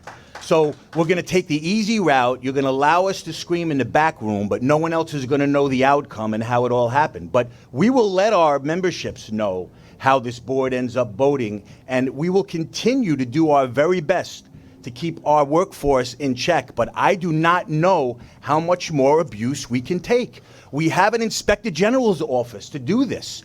So we're going to throw more money in an investigation. The IG is going to continue to have their staff, because I'm sure we're not laying anyone off there. We have management across all the agency out there tripping over themselves to figure out a way to try to cut overtime when it's impossible to do. Mr. Chairman, with all due respect, this board can't continue this attack on labor. It is not going to go well. Pat, if I may, I'm sorry, Veronica, you had your hand up. If I may, I want to add one more thing that might not be obvious to everybody in the board, but it's obvious to every single frontline railroad and transit worker. When you put forth a baseless allegation about criminality, fraud, overtime abuse, we're already getting assaulted to the tune of 3-4 a week. When you put that idea out there that transit workers and railroad workers are criminals without any evidence, all you're doing, all our own employer is doing is putting targets on our back and subjecting us to further harm's way than we're already in. And I would put forth that going into executive session only lends to that idea that somehow there's a threat of criminality among transit workers and railroad workers that simply doesn't exist by the acknowledgement of your own agency presidents, and just done without any evidence whatsoever. So you go into executive session, everybody's going to walk away with the inference that there's something going on here that there's not. You talked about an Inspector General investigation. Fine. We have over 50,000 unionized workers at the MTA. If the Inspector General catches 4 or 5 or 8, you talked about 5 Long Island Railroad workers or railroad workers that were disciplined for overtime. That's 5 out of 55, 60,000 unionized workers. That's not a common thread. There's no systemic abuse there. And we have processes in place to deal with that. And further, I'm going to reiterate that the U.S. Attorney's Office is involved in this. The District Attorney's Office is involved in it. The Inspector General is involved in it, although they were denigrated a little bit by Larry in the Wall Street Journal today, which I'm sure they appreciated. There is absolutely no need whatsoever to go into executive session. If there's going to be a debate about the necessity for a special prosecutor, do it right here. This is crazy. The public deserves to hear what you have to say. So Commissioner, let me say this. First, I made comments at the special board meeting a Friday ago. I stand by my comments. I do not believe that there is widespread, systematic overtime fraud. And you contradicted Larry, so thank you. I didn't contradict Larry. Yeah, you did, because he went on CBS News and said there's systemic overtime and abuse. I don't watch TV. Too young. So, Commissioner, I stand by my words. On the other hand, we're a public agency and have a responsibility to act as responsible stewards with respect to every dollar. And I think that all the labor members around the table would agree with that. The MTA Inspector General is doing an investigation. I think that's the appropriate thing to do. I'm not going to speak to the existence or non-existence, and your question earlier was very cleverly phrased, and I'm going to avoid responding to it. Which one was that? 4 questions ago, John. I'm not going to respond to the existence or non-existence of other investigations, and I'll leave it there. If we've got further discussion, let's. I just have a question for a point of clarification. My curiosity was piqued when you were referencing the law and you said it would potentially it would imperil law enforcement. Can you explain that, please? I don't, just because I don't understand how this particular matter could imperil law enforcement. And given this robust discussion, I think that is worth explanation. Yeah, Commissioner, I think that question could only be answered in executive session. So I just have one more comment. You spoke about an Inspector General investigation. As of right now, that's the only investigation that you've referenced. So when we go in that room in executive session, are you going to put forth details of the Inspector General investigation and outcomes of the Inspector General investigation that you don't want the public to be privy to? Or is this going to be a general discussion without any specifics being put forth? Because if there's not specifics being put forth related to Inspector General investigations about overtime, then why would it be an executive session? So, Commissioner, again, a good question, not one I can answer in public. I understand your reason for asking it, but I'm going to politely pass. Can I just make a suggestion? Please, Commissioner. This is clearly, I unfortunately had to miss the emergency meeting 2 weeks ago for long-planned family travel. But this seems like a conversation that we are willing to have in public, and we have been having in public. It seems to me that the chairman is making a point that there is something specific that he needs to discuss with the board in executive session. I think we should allow him to do that. It doesn't mean it stops a larger conversation for us to have with all stakeholders and in public. I wish I'd been a part of the emergency meeting last week or 2 weeks ago. I'd be happy to be a part of the conversation going forward, but it seems to me that we can do both of these things. Is in fact there something that you are going to say in specifically related to this investigation, or is it just in general? John, I'm not in a position to answer. Okay. Thank you. Neil. Pat, I've observed you as a chair, which has not been that long, but you have not been an abuser of executive sessions, and our vice chair has often made very clear to us when he has been privy to things that we should do things in public when we can. And I feel like I need to give our chair some discretion here, that if he believes there's something to be done in private, then we should do it in private. I will tell you that if we end up doing things in private that could be in public, then maybe we won't go into an executive session in the future. But that feels like that's the chair's prerogative to define that, and I think we owe it to him. Is the scope of what we're talking about in there about overtime and abuse? That's what you want to have that conversation about? John, I can't answer. So you're just going to not answer questions then? So we may as well just go to executive session, because you're just going to keep saying, oh, I can't answer that question. Look, I wish we could. In front of the entire media, when you all triggered all of this. Commissioner, I'll note the following. I think today we engaged in radical transparency, the discussion with Bombardier and Siemens on PTC. I thank Commissioner Zuckerman for his comment. I tried not to abuse in my 2 meetings, or 2.5 meetings, tried not to abuse the open meeting exceptions. I'm going to commit to you, I'm going to continue to do that. I think at the Port Authority, with help from lots of people, we improved transparency. I think we need to do the same thing here, including getting board materials online to the board on director's desk and to the public earlier in the week before board and committee meetings. And I know we can do better. As before, I can't respond to your question. Yeah. Mr. Law. I second your motion to go into executive session. Thank you. Mr. Brown. Yeah, this is a case where due process and burden of proof dovetail with good management and transparency. And it's also a robust discussion in public is the only way we can get to the bottom of the have you stop beating your wife yet character of this entire discussion, where we're guilty Norman, regardless of what... Hey, Norman, as your friend, don't use that phrase, please. As your friend. Even as my enemy, it's okay. I withdraw whatever I said that insulted you. Just that phrase. Oh, just that phrase. Well, it's hard for me to put. I mean, it's how the guilt without prosecution, the guilt without investigation. That's the stuff that bothers me. I'm sorry I characterized it in a way that I don't even know how that bothered you, but I apologize for having bothered you with it. But we need the due process. It needs to be out in public. That's the only way these questions will ever be answered. As long as they're just hidden in the background, none of us are in favor of abusing overtime. This is who's in favor of that. Say who's in favor of abusing anything. There's a short line of people that are in favor of abuse. All right, anybody else? We've got a motion and a second. All in favor? Aye. Opposed? Thank you. No, it's the trade unionists in this room that want to have an open and public discussion about the allegations of overtime abuse and overtime fraud. And it's the bosses just said that I'd want to be skulk into the back room and have this conversation in private. John, I just said I'd be happy to have a conversation in public, that I'd be happy to do it. I'm actually but not talking about you, Sarah. Well, you just said to the media that the entire board and the bosses all want to go in the back. I'm telling you, I'm happy to have this conversation in public. I take it back. It's not the entire board. It's the bosses.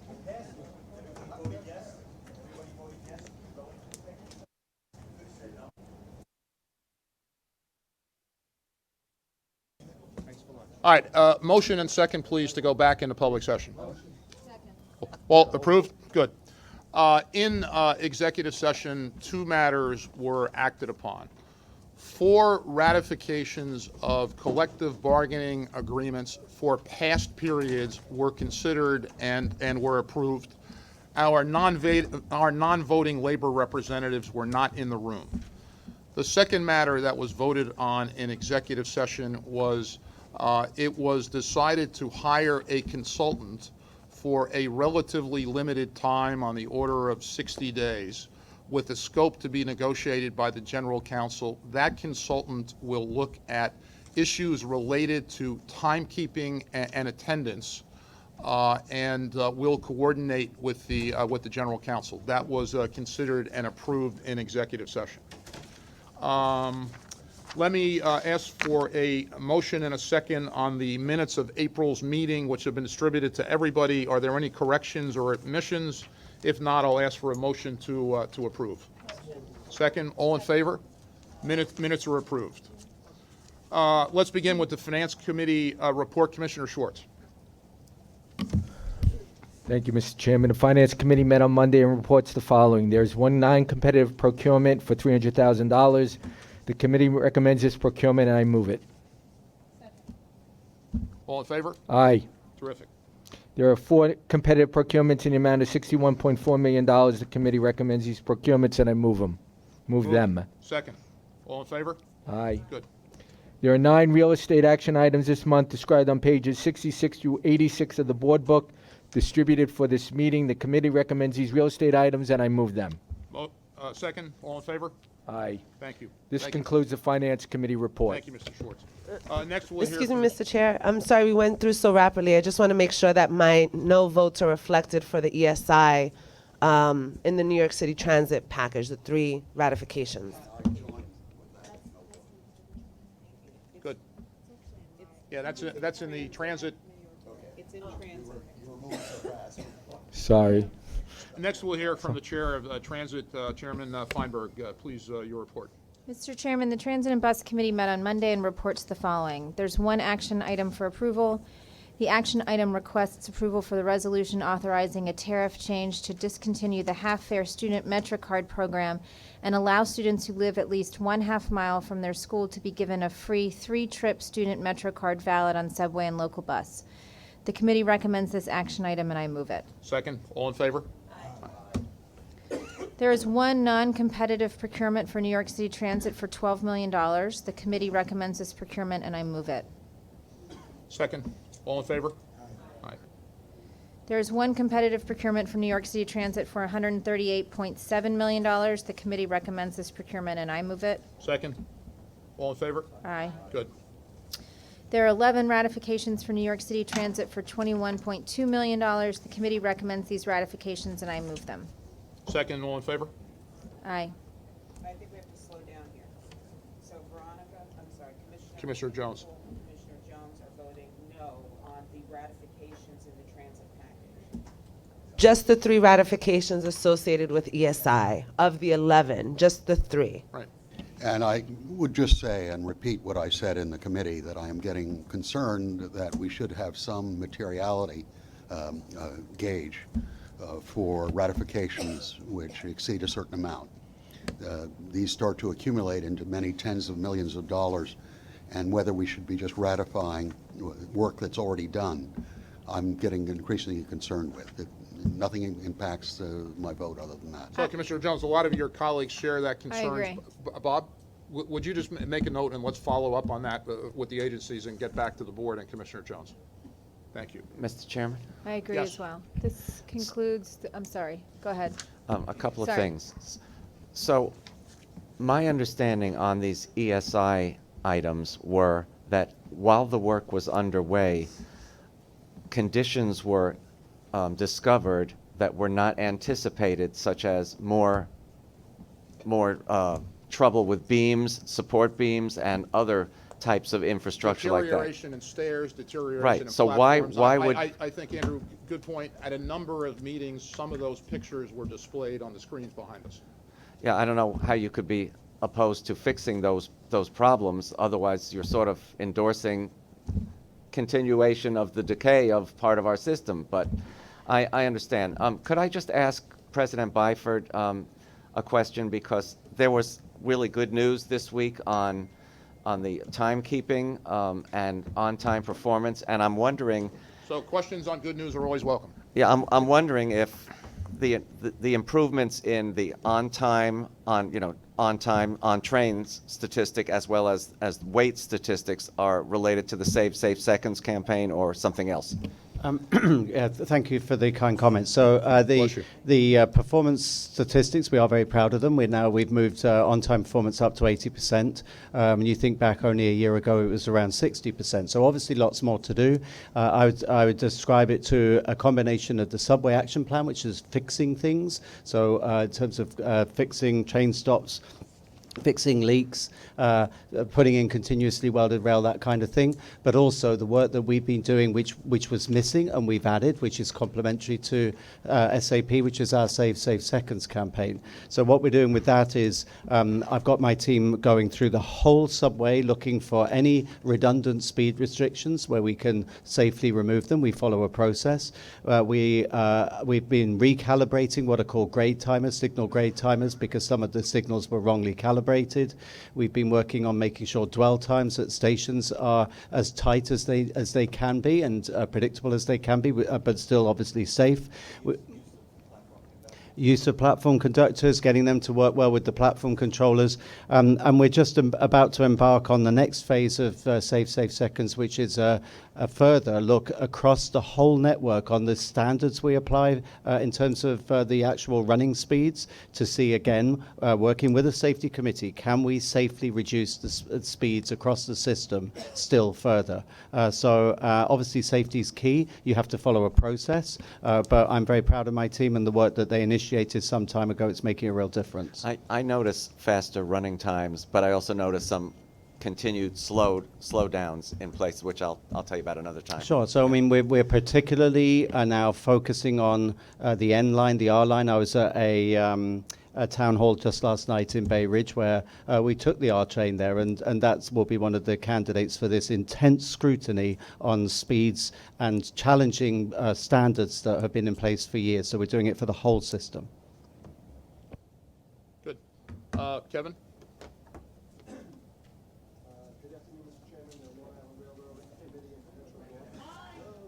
Sorry. The Long Island Railroad Committee and the Metro North Railroad Committee met jointly and reports the following.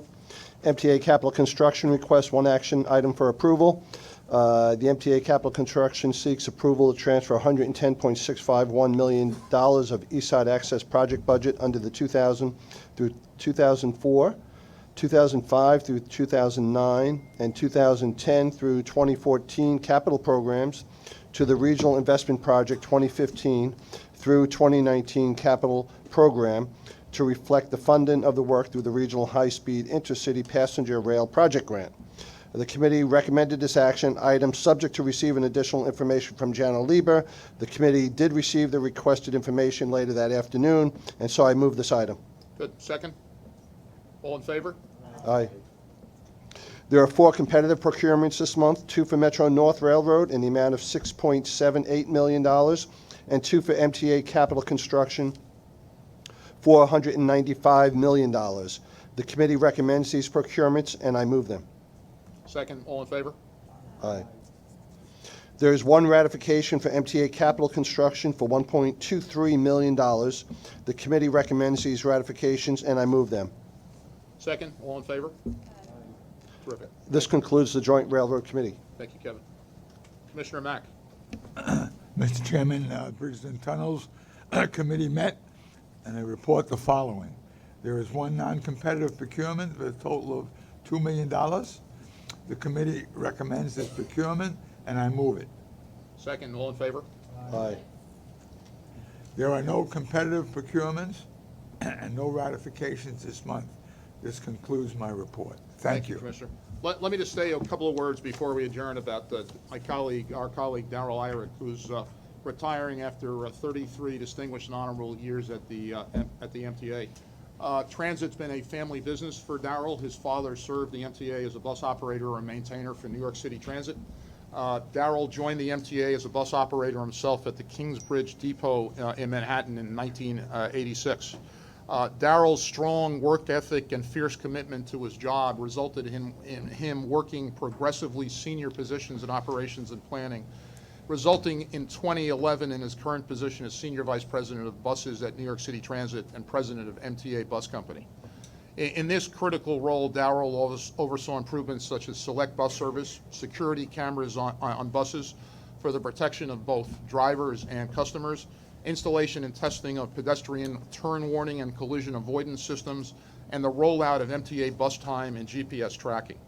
He also led new innovative approaches to winter storm response with the creation of an incident command center, resulting in a better coordinated and more efficient delivery of service and customer information during inclement weather. We're all grateful to Darrell for his judgment, advice, and incredible depth of knowledge. I'll note that I was an MTA board member representing Nassau County for a couple of years in 2010 and 2011. Darrell was one of the first people I met here. Even back then, I learned an incredible amount about transit bus operations because Darrell knows everything there is to know.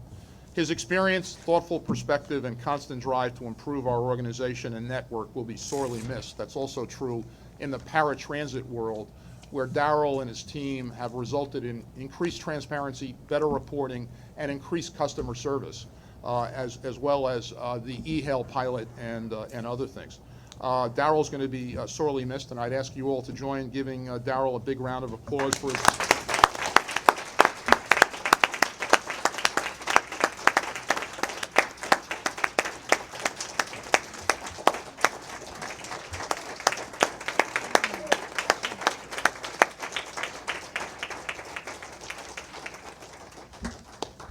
Just quickly, thank you for those kind words, and I just want to simply say that it's been an amazing 3 decades, and for the last better part of 9 years, this board has been just very supportive of me and my team, and I just want to say thank you. Thank you, Darrell. Can I have a motion to adjourn? Motion. Second, all in favor? Meeting adjourned. Our next board meeting is June 26th. Thank you all. On Sunday, the 19th, we announced subway on-time performance for the month of April was almost 80%, 79.8, highest since October 2013. Weekday trains delayed down 35% compared to last April, reaching the lowest level since December of 2013. This is the 8th month in a row, Andy, of month-over-month performance.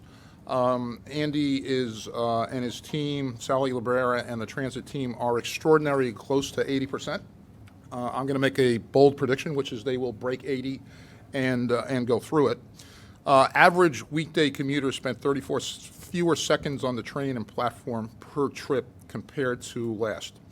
Long Island Railroad, Phil Eng, also saw major improvements. On-time performance reached its best level since October 2012, 95.3%.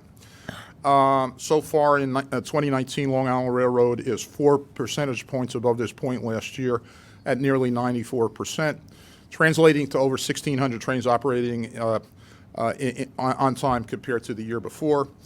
Metro North, Kathy Rinaldi's not here, but Metro North's on-time performance in 2019 so far has been 95.7%, 2.1 percentage points higher than the same period a year ago. Subway performance, Long Island Railroad performance, Metro North performance getting better due to 50,000 people in New York City Transit, 7,000 at Long Island Railroad, and a similar number at Metro North, men and women, mostly unionized, working hard to deliver better service. We're really proud of that. I'm looking forward to the May results, and there'll be fluctuations undoubtedly because that's what happens. I think in a radical transparency meeting like today, some of it got lost in the discussion, and I'm happy to take your questions. Please. On the overtime review, what exactly do you hope to get from a 60-day examination of overtime? So it's not a 60-day examination of overtime. It's a review of timekeeping and attendance processes and systems. So this is not an overtime review. I think it's clear that the timekeeping and attendance processes and systems vary across the agency. They vary within the agency. I stand by my comments, as I said today, that I made at the special meeting Friday or two ago, that these are serious issues. I do not believe that there is a large amount of systematic overtime fraud. I think there are abuses. If you think of the MTA as a city of 70,000 people, like any city of 70,000 people, you're going to have lots of fine, upstanding people, and you're going to have a very small minority of people who sadly cheat. And I think that's the case here. On the other hand, we've got a responsibility as stewards of public money to be responsible for every dollar that we get, whether it's from customers or from the state or from the city or the federal government. We take that responsibility very seriously, and we're acting on that. And what of the cooperation with the MTA and Manhattan federal prosecutors on what is apparently a probe of overtime here at the agency? Look, the only investigation I can speak to is the MTA IG, which I asked that investigation to start. I will say that Inspector General Barry Kluger has been looking at and reporting on these issues, including with respect for many months and years, including with respect to some of the Long Island Railroad workers who are may be subject to this. Is there a time frame for the IG report? Andrew. Given that you say it's a small number of people, do you think that perhaps you, the governor, Larry Schwartz, may have unintentionally painted with a broad brush given John Samuelson's response not only at the emergency meeting but today, this to create the idea that there's a more systemic problem? Well, Andrew, as I said, I didn't watch the TV show that wasn't on your network, is another unnamed network that Larry was on before that meeting. I think the governor's comments have been right on. I stand fully behind the comments that I made at the special meeting on Friday. Alfonso. Can you give us a status of the talk of this special investigator? It seemed like you were going into the executive session to discuss it. Obviously, John and some others had an issue with that. Came out 2 hours later, and there's no talk of it. So has that been dropped? Are you still moving forward with it? Yeah, I think what I'm not sure what special investigator you're referring to. What the board did in executive session was approve the retention of a consultant for a relatively short period of time, on the order of 60 days, to look at the timekeeping and attendance issues. Well, what Larry Schwartz had called for was an ex-prosecutor to launch a special investigation outside of it, and yeah, I think you said you supported it. So is this in lieu of that? So all I'm doing is reporting. The executive session obviously wasn't available to the public. That was appropriate in this case. What I'm reporting is that the board in executive session authorized retention of a consultant for about a 60-day period. And I would expect that that scope will be negotiated and subject to the approval of the MTA General Counsel, and that was what happened in executive session. Yes? So you mentioned at the beginning of the meeting about these sort of subway brake pulling groups, whether it's one person or many people. You alluded that there was some incidents and there have been patterns. Could you give us more information on how you know they're connected? Let me defer to Andy. Thank you. Right, sure. So there does seem to be a pattern emerging, and it has happened before, but there seems to be definitely a pattern emerging at the moment where there's certainly one, maybe more individuals, maybe more than one person who have access to train cabs. So we think they've got keys. They've got the actual, you can't just walk in, you've got to have keys. And what they do is they go in, they operate the emergency brake. They then, in some cases, surf on the back of the train, and then they run off before they get caught, and they go and do it on another train. So this is stupid, it's dangerous, it's selfish, and it's got to stop. So we're starting to put together a pattern of where these incidents are happening. The NYPD are all over it. They are hopefully going to be able to catch these people and hold them to account for what is a completely unacceptable behavior. Is it one particular borough? Is it spread across the city? One particular train line? Any other details you can give? It's happened at various locations across the city. I mean, as the chair said, what we want to avoid is any sort of copycatting. But we've had a number of incidents across the network recently. These people, I think, or persons, or maybe one person, we think that they realize that they've got to be fairly random in what they do, because they must know that we're not going to tolerate this, and we're not. Just to follow up on that, what kind of penalties are in place right now, or do you have to put new penalties in place for this kind of behavior? And also, does this kind of make you reconsider? Obviously, these newer train cars, it's a locked space, as you referenced, but does it make you reconsider having the exposed emergency brakes on the older cars? Can you adjust that? Is there federal mandates there, or what's going on there? Well, consistent with what's happened in most places I've worked, there are reasons why emergency brakes were amended over the years, precisely because of this kind of abuse. I mean, obviously, you still got the ability to raise an emergency in a car if you need to, but in terms of the actual penalty, there are penalties. There are severe penalties for misdemeanor on the subway. I stand with the chair. I'm saying as the chair, what I'd like to do with the legislature is to get very harsh penalties in place for people who commit antisocial behavior in whatever form that takes. I would love to be able to catch these people. I would like them to face the consequences of their actions, and I'd like to ban them from the subway. Right now, we don't have that power. We're actively seeking it. Pat, back to the executive session. You purport that you committed to radical transparency today, but you just had one of the longest private executive sessions at a board meeting that you've had in years. Why couldn't you do some of what you spoke of in public or in some sort of public forum? That's a good question, and I wish I could, but there's a section of state law called open meetings laws that tell you when you're allowed, and in some cases when you're required to go into executive session. I personally, I don't know whether I said this in public today, I personally, actually it was Commissioner Zuckerman who said it on my behalf. I intend to be very circumspect and limited with the use of executive sessions. Sometimes it's the right thing to do. Is there anything else you can share that you haven't already from that session? No.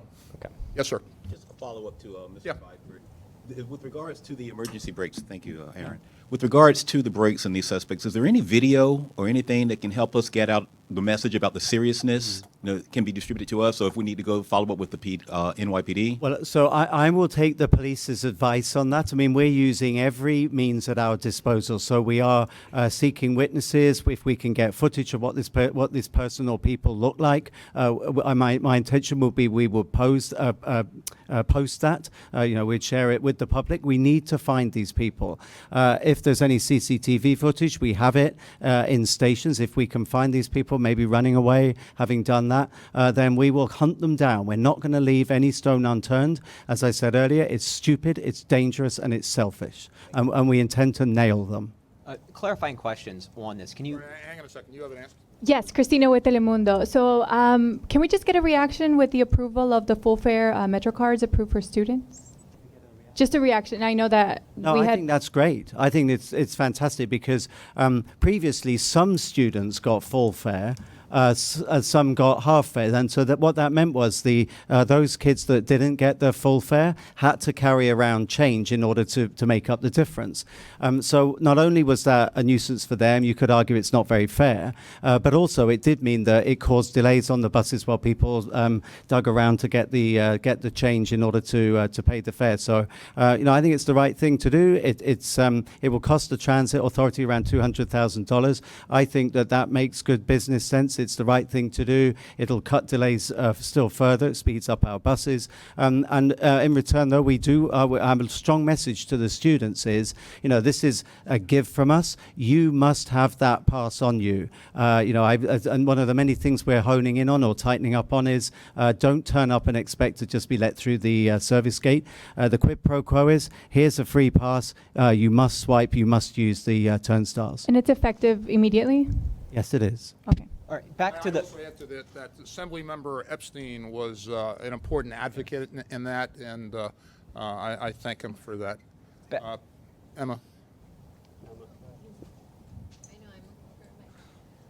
Thank you for your fast footwork. Fast forward or fast footwork? Call it what you want. Okay, got it. So I want to ask about the labor deals. You said in closed session there was discussion of 4 labor contracts. Was any of that the TWU deal? And separately, where do things stand with These were 4 contracts that covered past periods for the most part, did not involve the main TWU contract. And I'm not going to comment beyond that, but they primarily covered both in terms of number and in terms of the years past periods. And then on that same topic, can you say how things are going with the TWU contract negotiations? I've seen TWU has called for you to personally be in the meetings. You haven't been there yet. It's been, I think, Ronnie and Andy. Yeah, so I'm not going to comment. Personal policy in the short period of time I've been in government, I don't comment on discussions and negotiations with, frankly, third parties, including labor unions. I think it's inappropriate. I set up the meeting and asked Ronnie and Andy to attend. I couldn't attend because I was in Washington at US DOT and meeting with members of the New York delegation. I would expect, if I'm invited, that at some point I'll attend. If I had been in New York, I would have been there. Okay, last question, since you sort of gave me a no answer on the first 2. This is the first time I've seen open tension between you and Larry Schwartz. Tom Prendergast used to talk about a lot of healthy tension on the board, but the last 2 board meetings have been very tense, and there's been a lot of. I don't agree with it at all. I think frankly, the media is a little of 2 minds on this. You want transparency, which I think is an important thing. You want to, on behalf of your readers and viewers, of course, you want kind of the real scoop. And I don't think there was tension today. I think there was a number of people around the table who cared deeply about transit, including our non-voting labor representatives who've got very strong views. And I think that people advocating and articulating their positions and their concerns is healthy. We're all fiduciaries. That's what we're supposed to do. I'll note I came from the Port Authority where that was kind of standard business.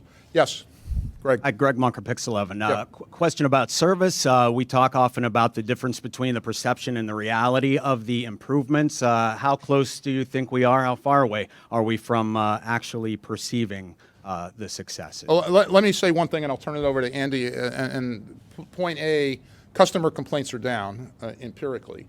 And then the other thing is my sense, and Andy has a better sense of this than I do, I think customer sentiment is a lagging indicator, by which I mean performance on a service like the subways at a Long Island Railroad will improve before customers really perceive it, except the cognoscenti. And then do you have a... Well, you know what? I do my own customer survey every day on the subway because I ride the subway every day. I wear a name badge. People don't hold back from telling me what they think about it. And generally, people are saying it's getting better, in my experience. Now, obviously, you guys go out, you ask your questions. Not everyone's going to say that. I get it. As the chair says, there's always a lag. And the fact is, 80% is nowhere near where I want it to be. I mean, ultimately, I still think by the work I talked about in answer to Commissioner Albert earlier, where we are leaving no stone unturned, and we're looking at further ways to speed up the system, including challenging all of our speed assumptions and all of the standards around speeds to do that safely, obviously. I think that plus our constant attention to detail with our Save Safe Seconds campaign, the work we're doing on the subway action plan, I think we can squeeze 85% out of this existing system before we even do any more resignaling. When we've done the resignaling, I'd like to, I think I should be held accountable for high 90s. That's what we can get to with modern signaling throughout the system. But the fact is we've got a lot of work to do. We're doing a lot of work on the weekend. That is going to impact people's perceptions. But even the weekend stats are over 15% increase in punctuality, a more than 50% cut in number of trains delayed, and a more than 50% cut in terms of major incidents. So we're making progress. I was at a town hall last night, final point. I was at a town hall in Bay Ridge. That again is live feedback, and people were generally pretty complimentary. So I think we're getting there. Loads more to do. Rich Lamb. Yeah, there you go. Just back, if we could, to the goofballs that are doing the emergency braking. Did I understand that Sorry, Rich. Not goofballs, right? This is life or death stuff involving really complicated, dangerous machinery that could endanger the lives of transit workers just doing their jobs and our customers. It's serious, and I know you meant that. I didn't mean to minimize it. I know that, Rich. How can we help you? Okay. So did I understand that they after doing this then get on the tracks and run down the tracks? Can you go through the narrative there a little bit? So, I mean, my word would be morons, actually, rather than goofballs. But they, in some cases, then they have run off down the track. So it's a double whammy, because not only will you put a train into emergency, a train's brakes go into emergency, so the train stopped. They're then running along the tracks. So now we're having to take the power off in order to find these idiots. And quite often to date, they've decamped, they've run off the station, which means that the power is off, which means that more trains are stuck behind, more frustration, and that is itself a safety risk. Obviously people get nervous about being stuck on a train. It's not good customer service. It's something outside our direct control. But we're not passive to this. We're on their case. We're going to find them. With NYPD, we will hunt them down and we will deal with them. To follow up on those. Yeah, hang on a second. Dan Rivoli, this is the last question for me. I've got a call with people in Washington on MTA matters. So Dan. For you, Chairman, this is about the, earlier in May, you had a statement saying you support independent investigation, timekeeping, overtime, all that. Then you emerged here saying it's a consultant, it's a 60-day review of just timekeeping. Don't you already have a consultant on this, Alex Partners? What's all these consultants, and why did you back down from this independent, retaining counsel, independent counsel for the timekeeping, overtime, and all that? I didn't back down at all. There was a good discussion on the issues, including with our union colleagues, and the decision that was made, I think, is exactly the right one. I think it's consistent with my statement a week or so ago, and I think this is an important issue involving public money and customer money, and we're going to act appropriately with respect to every dollar. So now you have two contractors now, two consultants on this. You have Alex Partners and this to be determined. So Dan, if you want someone to blame for Alex Partners, that's the state legislation, right? Requires their retention. They are doing a reorganization plan for the MTA and a personnel plan that was dictated or required, rather, by the state legislature. As I indicated, the consultant's scope is going to be limited to 60 days. I think it's important work, and I think it's an appropriate.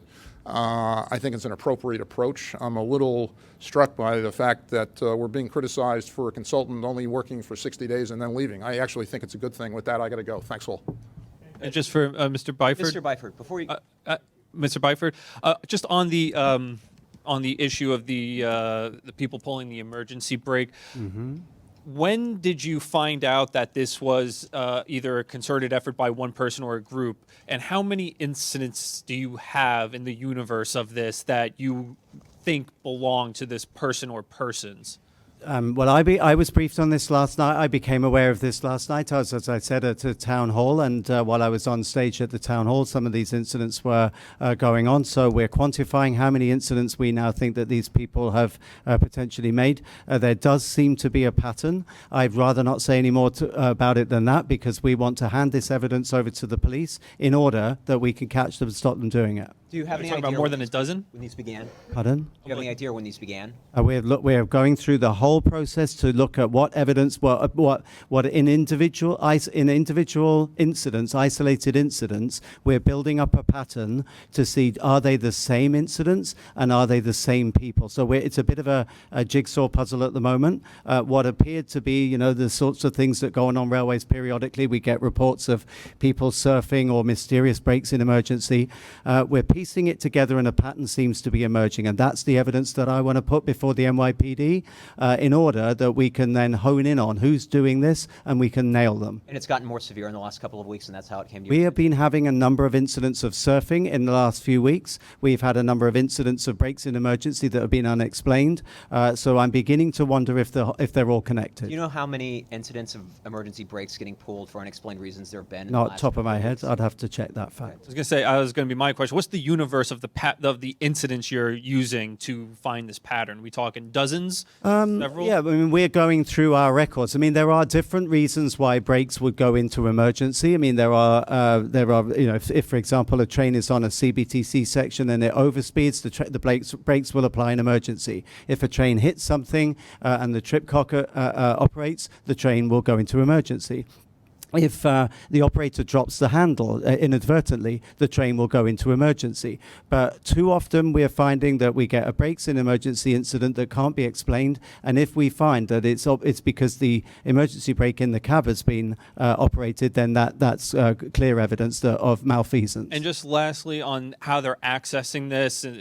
We believe they have keys. Cab. I know you say you believe they have keys. Is there any evidence of jimmying it open, or even just with brute force kicking? No, it appears to be keys. It appears to be keys. So, obviously, we don't leave the doors unlocked. That would be very remiss on our part. But there's no evidence that the doors have been forced. So we're pretty certain these people have keys, and that is extremely concerning. Aaron's How do story. they get the keys?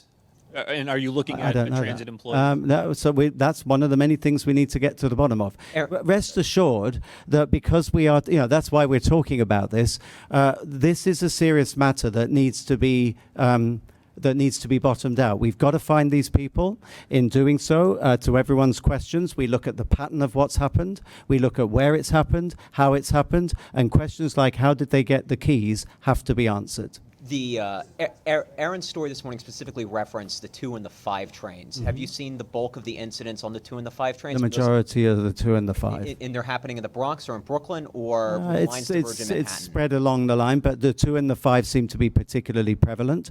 And again, I don't want to say any more than that, because what I don't want to do is give the game away to the culprits before we've had the police had chance to catch them. So that is my final point on that final question. The important thing is to let the cops do their job and find these people and hold them to justice. And just as a point of clarification, in these modern train sets, they're going into the cabs and pulling the emergency brake. They're not doing it in the actual train compartment. In the cabs. Okay, in the cabs.